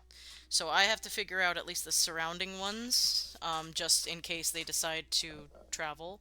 And so I have been randomly rolling up what is in each hex. Um, and so these 91 and 92 are the ones directly touching the corner that they're currently going to be in, which is where the steading that they're traveling to will be. So there you go. So yeah, so basically I hope to have maybe not a quest for every single one, but certainly something interesting in almost every single one. Um, this valley that they're going to is kind of like a bowl. It is a valley that is completely surrounded by mountains, not just parallel. There, it is a complete and utter. It's like a rectangle, just like the hex grid has here, and they're going to be entering into the only known entrance and exit, which will be a pass or a cave, I should say, of mountains. And while they're going through that, there was going to be a cave in, and that's going to keep them in to this valley. And eventually, depending on how the random rolls figure out, I'll either have another exit that shows up somewhere on this edge, or they have to dig themselves out of the cave in. That's what I'm doing. I'm creating everything from the ground up myself. Um, I am uh, right now. I have figured out the accepted. Uh, the word fell out of my brain. The Oh my god, the accepted cosmology of the world, as well as the pantheon of gods. The good ones, or at least the good and neutral ones. The evil ones will come later. Um, and I absolutely understand the established world, even though I don't. I would never consider using an established world as limiting because I've been using Faerun for a very long time, and I just change what I want to change because I can. Uh, I started with Fandelver, we've been building off, and we've changed entire nations because I'm like, that sounds good. How about an entire nation of tieflings to have that kind of political power separate from the rest of the Sword Coast? And that was interesting. So we changed one of the nations off to the east on the Sword Coast, and now they're a completely tiefling based system. Uh, yeah, I'm not the physics person. Definitely. So far I've got one sun and probably many moons. Uh, because moons are interesting, and this world is supposed to be very witchy and nature based anyway. So having multiple moons is interesting. Um, for me at least. But God forbid, I don't think any of my players would ever ask me the physics of it, but even if they did, I would be like, magic. that's that's as much as I'm gonna think about it because I've got other things to do. I The numbers here are the numbers on my hex grid of the valley that the characters are going to be based in. Mass Effect, yes. Um, yeah, yeah, I don't know how that would change the tides or anything, and I'm trying not too hard to think about it. Uh, so, whatever. Uh, so, let's see. But yes, I do plan to have at least something interesting in every single one of these hexes. Um, because the system I'm using to randomly determine what's in those hexes makes pretty much everything interesting. So there you go. Um, yeah.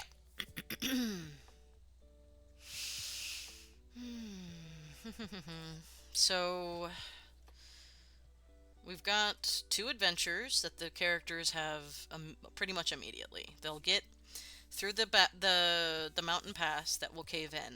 They will be trapped, not trapped, but they'll be stranded within the valley for at least a month or two because that's how long, if they decide to just dig out through the way they came, they can absolutely do that. Uh, compare if so if you use smaller moons, bigger moons will make the planet out of whack and out of the solar system.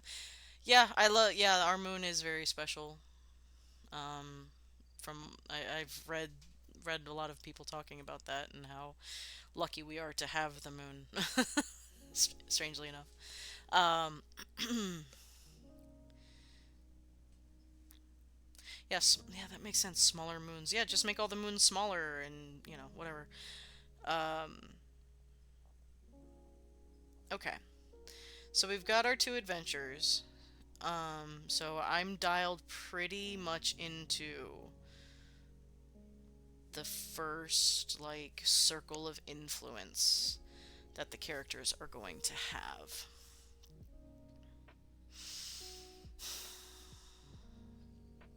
And I don't want to build too much ahead of time for them because you never know what they're going to do and what parts of your plans are going to be useless. So, in interest of that, actually, I think I'm going to get rid of the boar. I don't want. That might still be useful. Okay.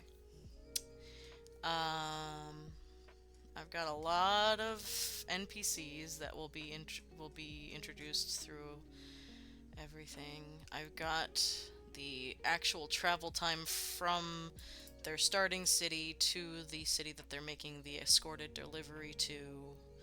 I've got all of the details of their first job. Yeah, I've used World Anvil as well. For stuff like this, for my own games, I use Notion because it is free, and I'm a list-based person. So, one second. There we go. So I've got my page here for Notion.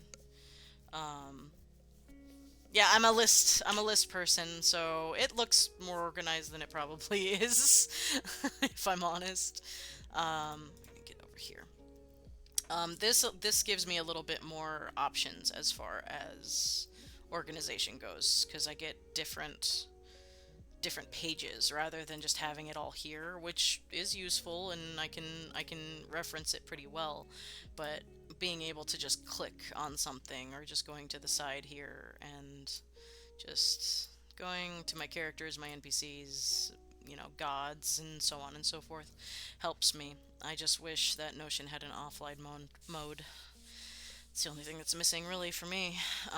But yeah, I love Notion using it for stuff like this. Um, yeah. Yeah, like I said, it's free. It doesn't have an offline mode, but its app is very useful. The app that they use for the actual the computer rather than the phone is pretty slow, so just use the website because it's easier for me anyway. Uh, yeah, so if I'm gonna add a new page here, and I am going to do locations for reference. So we have the main place where this is going to be based in, which is the Viridescent Valley, and I can't remember how I spelled it. Hang on. Viridescent Valley.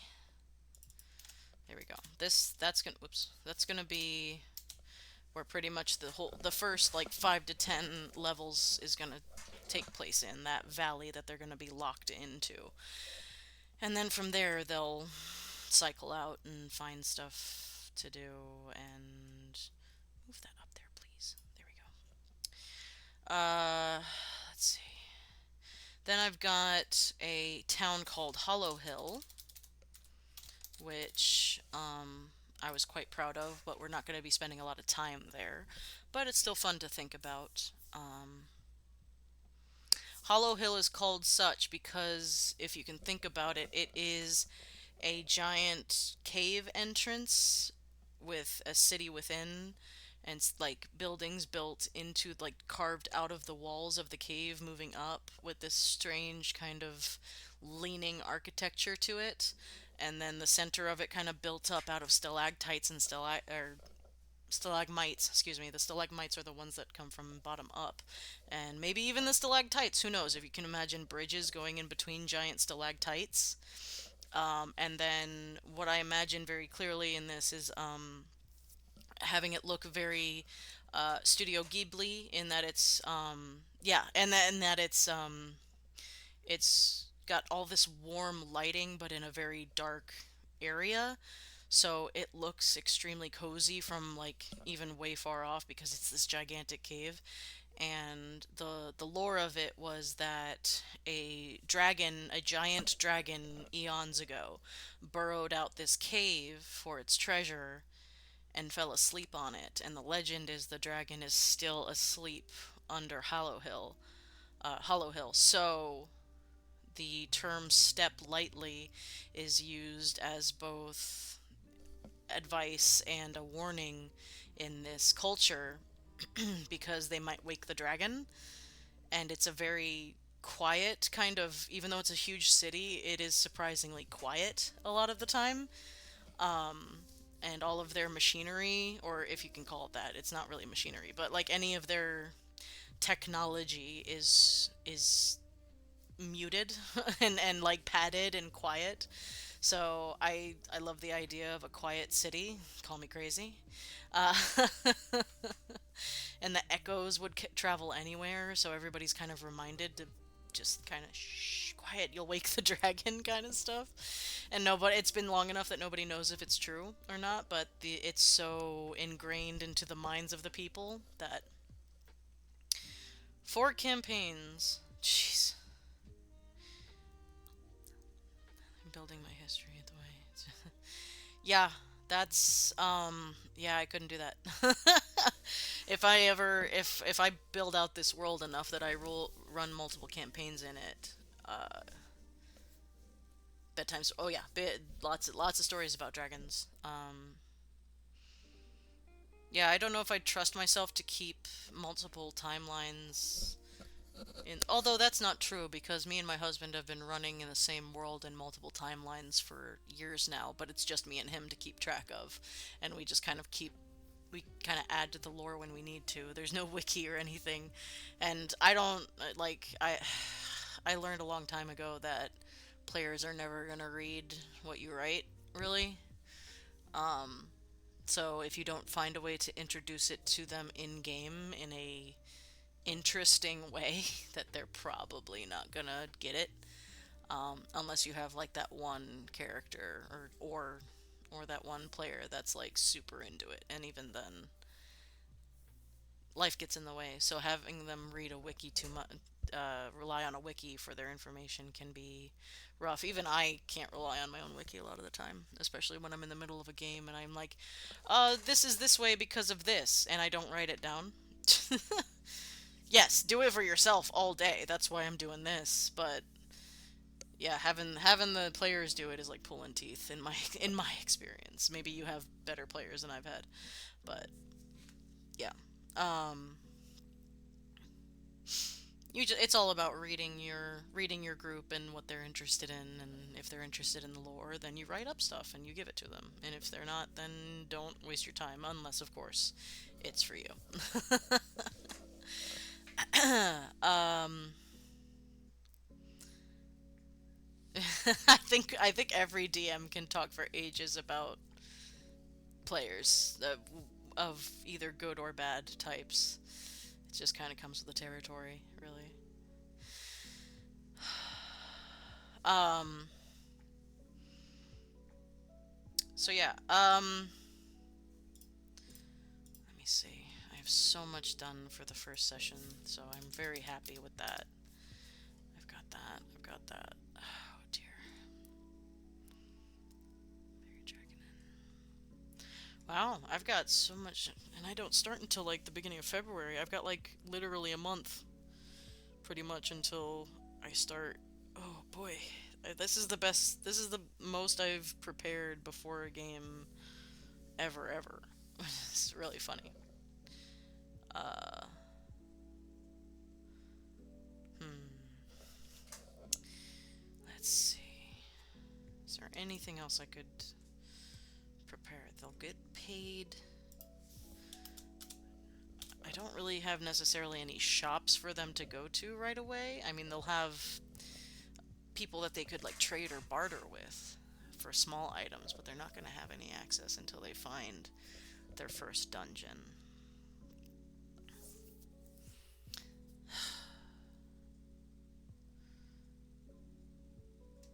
Yeah. Oh, I love shops. Do you have super shoppy players, or do they are they not interested in shopping at all? Because it could go either way with that.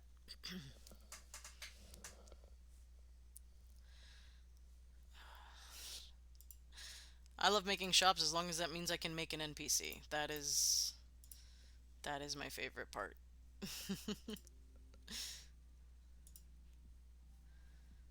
Okay. Really? You just hate statting out the inventory? Yeah, that's my favorite part. That's my favorite part is having an NPC. Well, whatever you're gonna do. I usually don't figure out the inventory until they're asking me for stuff. If they do that, well, I go to the shop. What do they have? It'd be like, what are you looking for? This. Okay, roll an investigation. That gives me enough time to go. Okay, would they have this? And the best thing to do for me. One sec. Where's my book? My reference. Okay. If you don't have this book and you hate coming up with things on the fly, this book can save you. This is the Mythic Game Master Emulator. If you have not heard of it, it is extremely helpful. I heard about it first from the Me, Myself, and Die show. Again, if you haven't checked that out, absolutely do. It's over on YouTube. It's run by a voice actor named Trevor Duvall, and he is extremely talented, and he's very, very creative in the moment using this tool and several others. But this tool, let me show you my table that I use when I have moments like the one you're talking about. Here we go. You have the fate chart. Oh, there you go. Yeah, you have the fate chart. So you give them, if they give you something that they're looking for, and you have them roll an investigation or a persuasion, whatever it is in the moment, and then you take that time. You can find a printable of it, I think, online.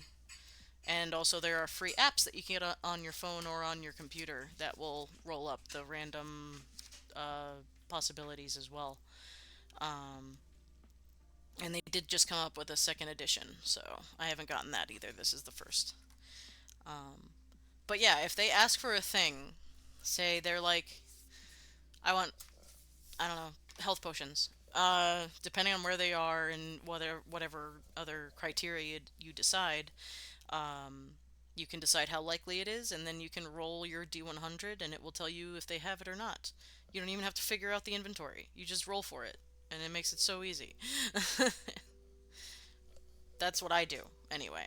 If you hate coming up with shops, I highly recommend you do something like that. Um, just to simplify the process for you if you truly hate that part of the game. No one says you gotta do it. Just roll it. No problem. Absolutely. Anything to make GMing easier. I want more GMs in the world, and that barrier of entry stops a lot of people from becoming GMs, and I want people to like the game. If you don't like all aspects of the game, you're not. I don't think everybody likes every single aspect of the game, whether a GM or a player. So if there's a way that you can just. Oh wow, that's good. I've been on and off, so I can't really say how long I've been GMing in any really real way because it's been on and off, but I've been running at least for my husband for probably at least almost 10 years. If you count my group games, I would say 10 years roundabout would be how much experience I have. Yeah, I'd say so. Something like that. Um, Or I've certainly been thinking about DMing for that long. yeah, I think the first time you really sat down to DM was yeah, with Publix. Publix. with Mac and Gwen. No. Publix. For Oh, that's yeah, right. remember? Oh, that That was was Big Mike and everybody. Yeah. yeah. Oh, what character was I playing? I think I was playing a bard, right? I think that was one of them. I don't remember. Something like that. Yeah. Yeah. So yeah, it was. Oh my goodness. Yeah. Then you All I stopped do for a is little bit. campaigns, generally speaking. Yeah. Yeah, took a break from that for a while, I and stopped working at Publix, and so yeah, yeah. and then we were both hankering for getting a game in, And that is when we started, I think. right? And then you sat down and you're like, all right, I was like, I'm gonna make this work between two people. God damn it! We're gonna make four characters for one person to run, or maybe one for the DM to run, and we're gonna run Lost Mines of Fandelver. And now it's been like 10 years at least, and many offshoots. We've done a lot of jumping around in the timeline and everything, and currently we're running like three different campaigns in that same world at different times. right. Kind of like what you're doing, Cloudy, except it's just the two of us having to keep track of things, so we're a little bit more forgiving It when things. was there's like four stories because it's Gwen and Mac, Hmm. then it became Z. and the Z and Sildar, Hmm. and then The kids. well between the kids, which kids? Our kids. What are you talking about? What Well, there's kids? also Celine and Mara, Oh the yeah, K-pop no, yeah, that's show. true. Yeah, that's yeah. Because the I'm glad you think kids it's fun. started as the Academy game, Right. Yeah. and then that reset into the kids. Right. Yes. So we're running four games in the same world, which is based in Faerun, but like I said, I tear it apart and we make it what we want at any given time. Um, Too autistic to run a game? That sounds like the opposite. Autism. Hi, autism. Yeah, no, no, no, no. That helps you run a game, in my experience. That hyperfixation at least certainly helps me. That's what I'm doing this for. uh, it's a lot of I don't, I don't blame anybody that's overwhelmed by the possibilities of being a DM, but I think everybody should try it if they're a player. Again, that's why I'm here. That's why I'm doing this is because I want people to a understand. Um, there's a issue with NPC creation, like the portraying of NPCs or randomly thinking of NPCs, because there's 1,000 random generators that can help them with that. Um, I love NPCs, so I can't relate, but I know that there's a lot of tools for that. But yeah, I'm here so people can understand how much work goes into GMing, but also how rewarding it can be. Regarding the changing of masks that they're pointing out, Mm, as a player, I have trouble with that in our VTM game. yeah.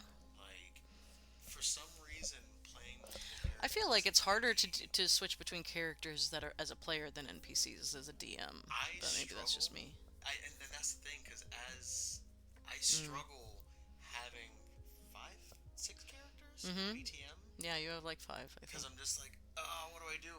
And most of the time, it just boils down to finding a voice you like that fits the character. Yeah, it's usually a voice for us. That's our first. S- Generally, the first thing we come up with is the voice for a character. Setting the voice sets the tone for the character, which then sets the mannerisms for the character, which then helps me remember how that character thinks and acts when role playing. Because without that, Mm. it's just a sheet with numbers. Mm-hmm. And when we first started playing Yes, voice back, modulation, exactly. yeah, Mm-hmm. yeah, when we first started playing, zero effort into playing a character. It was just, Yeah, it was oh, hard for hey, you. here are these numbers, and we're going to play a game, and there's strategy involved. Let's Mm-hmm. see the best build and the best actions to take in a fight, usually. And then if there was dialogue, I was just like, Yeah. oh, I'll be over here when you want me to build a gun, Yeah. But then it wasn't until later when I started playing around with having a voice to match a character that really helped shift the gears of my mind Mm-hmm. to make sure that, okay, this character will do this because this is how they sound like, this is how they're speaking in my mind. I'm matching the speech patterns in my head, and Mm. that helped with managing different personalities. So Mm. then, while I have not DM'd much, I have co-DM'd Mm. and helped Annie in playing different characters out of my Whoa! range. I'm getting raided. Whoa! Oh, Oh, that's Katie Cat. Oh, thank you, Raiders. That's so cool. Aw, Katie Cat. They followed me earlier today, and I followed them back. thank And you. thank you so much. I appreciate that. That scared the living hell out of me because that's the first time I've heard that noise. You reacted, so I Hi. Yeah, reacted. I was Yeah. just sorry. It was really loud. Panic. It was real loud. Hi, Katie. Thank you so much. I really appreciate the raid. That's very, very cool. How'd your Pokemoning go? Did you win? I don't know anything about the Pokemon card game. She was playing Pokemon, and Like, like digitally, oh, like okay. and that when one of the new games, and I was watching it and going, "Wow, it's a lot more complicated than I thought it would be." Did you ever play Pokemon? Nope. I played Yu-Gi-Oh, and even then, that That did not was last that was long. worse. Are I you winning, son? Yeah, that was totally my energy. I felt like Digimon was harder to Digimon No. Yu-Gi-Oh, excuse me, was harder to pick up as a game. Oh no. Oh, you got Fortnite. Okay, that's one of the two.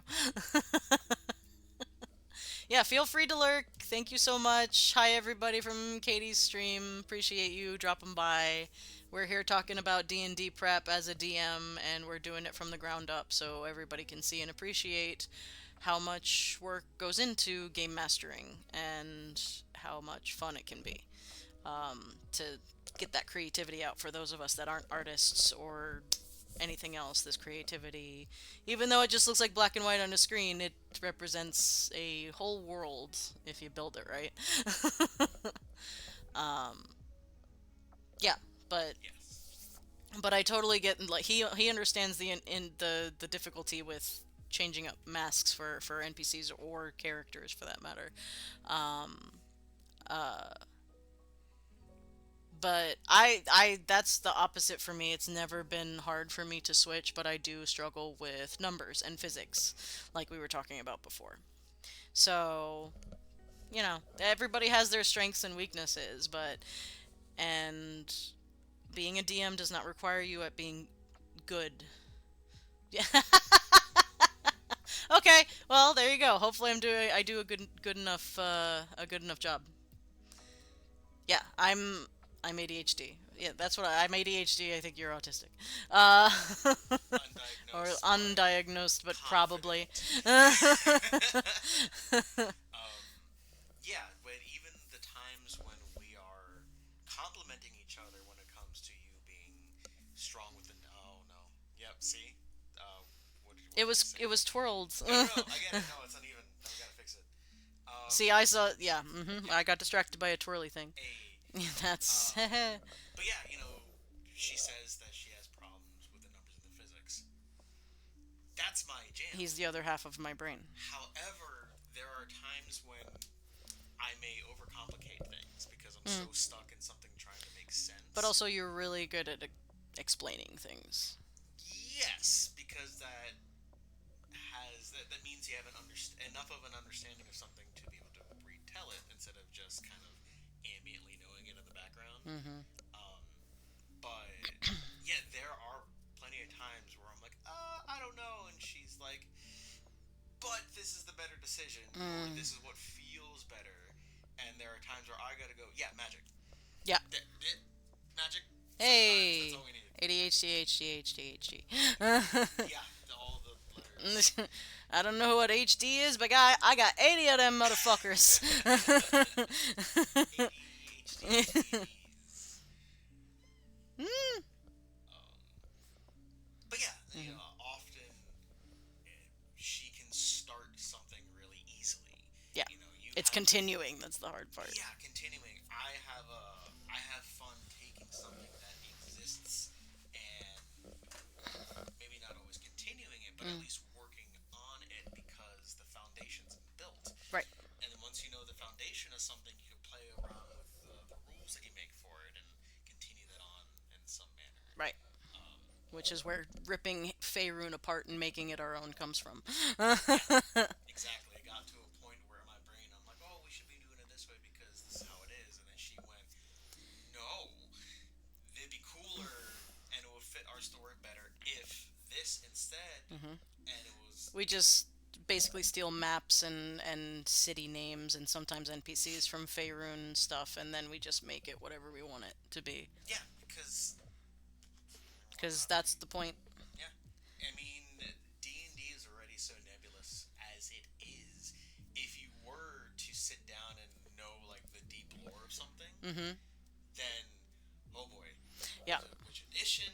How long ago was it? How Yeah. draconian are you going to be when it comes to that history and your retelling of it? Hmm. Is the retelling just because this is what happened as it was made by whoever wrote it, or just like an eyewitness account? Hmm. Meta finishing projects and fantastic Kickstarter. Yeah, Yeah. yeah, Yep. yeah. Complementing each other is important Hmm. when it comes to understanding how to complement each other. Yeah. Um, but but yeah, it was one of those things where I'm sitting there going, okay, what happened because I'm going through a wiki article, and then it becomes okay, that's interesting. How does that apply to us? Right. And then because we're able to reintegrate it into our storyline, um, the Tiefling City. I was just talking about it earlier. What is it called? Cormyr. Cormyr. Yeah. I have no idea what Cormyr is in actual published Faerun lore. We have made it a tiefling city that is based around devil contracts because we can. Because specifically when we were looking up far off places, I had found something about in Coromir. There's the purple worm is some sort of correlation Yeah, as to like some ancient black dragon, and I something. was like, oh, that's interesting. And when I was running your game, Hmm. I'm sitting here trying to figure out, okay, what can I use to make this story dragon related, Hmm. as well as take elements of, oh, well, she's from Cormyr, I guess, maybe. Um, We ain't letting ugly people into the city, so. So, are you talking about the OC? Like, I feel like that's Hollywood. or Sealy. Oh, yeah, Sealy too. Yeah, the Sealy of the Fey realm would definitely be like that. He's like, "You're ugly, no." Bye bye. Right. And we eventually had to respin it to a point to where instead of just having a LA. yeah, the tracks, Yep. um, where we had to lose my train of thought. Right. Figure out Cormyr for. Right, we Yeah. had to figure out Cormyr Yeah. as to why there was such a high population of tieflings, Yeah. and it basically boiled down to defeat this ancient worm. The entire city was like, all right, we got a contract up, Yeah. and That's what it then was. the flip script where later that worm came back and actually worked her way into the social political system Yeah. of tieflings Right. because X, Y, Yeah, because she wanted power, whatever it Yeah. was. But yeah, that's we just figured that out one night while we were running the game, and we needed something to work, and it works for us. And now Cormir is a completely different thing because that little book does not tell you what to do. You tell you what to do. It helps It because again, helps. it's It's something to jumping off start you. points. Yeah, Yeah. it's a foundation, but there's nothing. There's no rules saying you have to. No. I mean, I'm pretty sure there's actually a rule that says like fuck with it as much as you need to. Yeah. Exactly. Yeah. So Exactly. yeah, Yeah. you gonna go? I'm gonna go, Okay. and I just wanted to show off my supporting You got husband a t-shirt. husbando Ayo. shirt. There you go. That's what I do. Okay. All right. I love you. Love you too. Okay. Okay. Cloudy says bye. He says bye. Okay. I'm, 17 years. 17 years together, still cuties, so hey. Um, okay. Alright. I am gonna take a quick bathroom break while we're in a break of the conversation anyway, so I will be right back.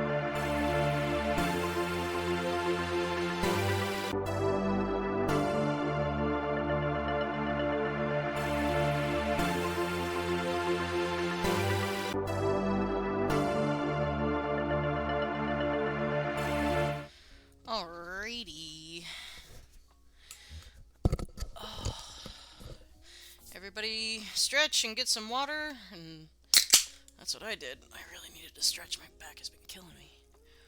Mm. My tummy too. His stomach's being weird today. Whatever. Okay.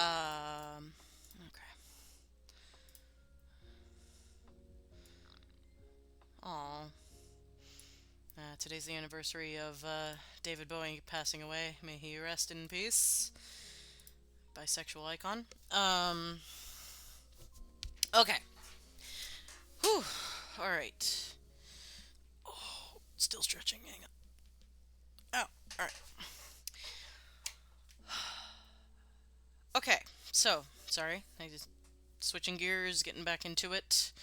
I probably won't be on too much longer. Maybe about another 10 minutes or so. How about we'll go for a full 2.5 hours? Mm, and go from there. Okay. So, winding down. We've got some good stuff figured out. I've got plenty figured out for the first session and probably the couple sessions afterwards. Like I said, want to I don't want to plan too far ahead in advance because I want this to be a very player centric game because the players that I have coming in won't be this will be their first like real character driven game.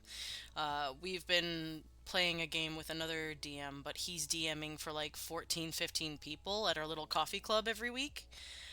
So there hasn't been a lot of time for NPC interaction. There hasn't been a lot of PC on PC interaction, or for the PCs to really play with the world and the sandbox within the world. So I want to give that to them, and so I'm building this from the ground up specifically for them, for their characters to have a good story. That is my goal. That is all I want as a DM. So, planning too far ahead of anything could get me a little railroady, and I don't want to chance that. So, the other things that I have to plan will be things that are not directly related to their game, at least not until we start in February. So things like maps and cultures and stuff like that is probably where my future streams are going to be focused until I start playing this game or running this game. Because I don't have like I know you're supposed to start from small and go out, and I am absolutely planning on doing that. But I don't have like a world map. I don't have even a continent or nation map for where I am. Where they are is in the world of Galdor, or Galdor. I don't know. What one sounds better? One of those. In the nation of Arcadia. Oh my God, sorry. In the nation of Arcadia, and going to the Viridescent Valley to the steading of Quick Spring. So we're going in. And I'll zoom out a little bit with the rest of my streams so we can slowly but surely have a full world for these players and future players and PCs to play in. That's my ultimate goal. That's a lot of stuff that can be planned. So, and I've said it before, I've never planned a world from the ground up like that and had all of that figured out. So I really, really want to do that for the creativity of it, for the exercise, for the practice, and to have a world that I can truly just kind of pull out and like have ready for anyone that might be interested in playing a game. Because if I'm honest, I've been playing in Faerun for so long with my husband that it you I don't if I'm planning and playing D&D, I'm winning, Dad. Welcome in, Lion. Appreciate you dropping by. Uh, we're just wrapping up, actually, but you're welcome in. We're wrapping up our planning for today. I've gotten a huge amount of stuff done for my first my first session and the following after sessions probably. My face is so washed out because my screen is too bright. I think that's what it is. Ooh. There we go. That's a little better. Um, so yeah, absolutely, Arcane. You go world build. You have fun. You let me know what you get ready for in the next stream. I want to hear all about it. I'm glad to get you in the mood. That's what I'm here for. Um, but yeah, I've got so as we go through various streams and stuff, I will probably be focusing on outside areas that the characters will not directly interact with. At least, certainly not for a long time. Um, so that's going to be interesting because again, I've never thought of all the details of a world and what needs to be figured out about each nation, each everything. So I'm probably going to zoom out and try to figure out the ruling class of this nation of Arcadia and uh yeah, and then go from there. um so let's take this next 5 minutes to I want to take the lot of you and let's raid somebody, shall we? I don't know how to do that, but let's learn together. Uh, all right, please stick around for the raid, even if you just say hi in the wherever we go. How do I raid? How do I raid? How do I raid? Is that an OBS? What is that? Hang on, I have to look it up. I'm so new to everything. Hang on. All right, hang on. Hold on. How to raid on Twitch? Literally, I am 1,000 years old. Type raid followed by the name of the channel you wish to raid. Okay, cool. All right, gotcha. Okay, I think I got it. Who's live? Who's cool that I follow that's live? Um, I don't want to do somebody too big. They're not gonna notice. Notice me, senpai. Okay, raid channel. Okay, hang on. Oh, here we go. I know who. I don't know if you guys have ever seen Girls Play TV, but they are super, super cool. So I'm gonna go ahead and do that. And I do that. Do I do that in OBS? Is that how I do that? Okay. So we're gonna try it. We're gonna try. Raid.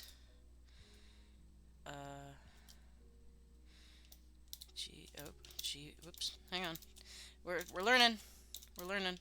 GP TV in chat here. Cool. Okay. Okay. I think I got it. Is that it? Nope, they didn't like it. Okay, hang on.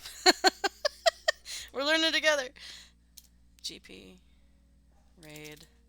Oh, do I just not do the GP? Is that not their name? Is it not an underscore? Hang on, let me double check. I'm doing this right. GPTV. That's what I put. Yeah. Nope. Okay. Okay. Let's try it. One more. Here we go. Hey! Let's raid! Thank you guys for sticking around. Appreciate it. Thank you. Fun times. I'll see you tomorrow. Here we go.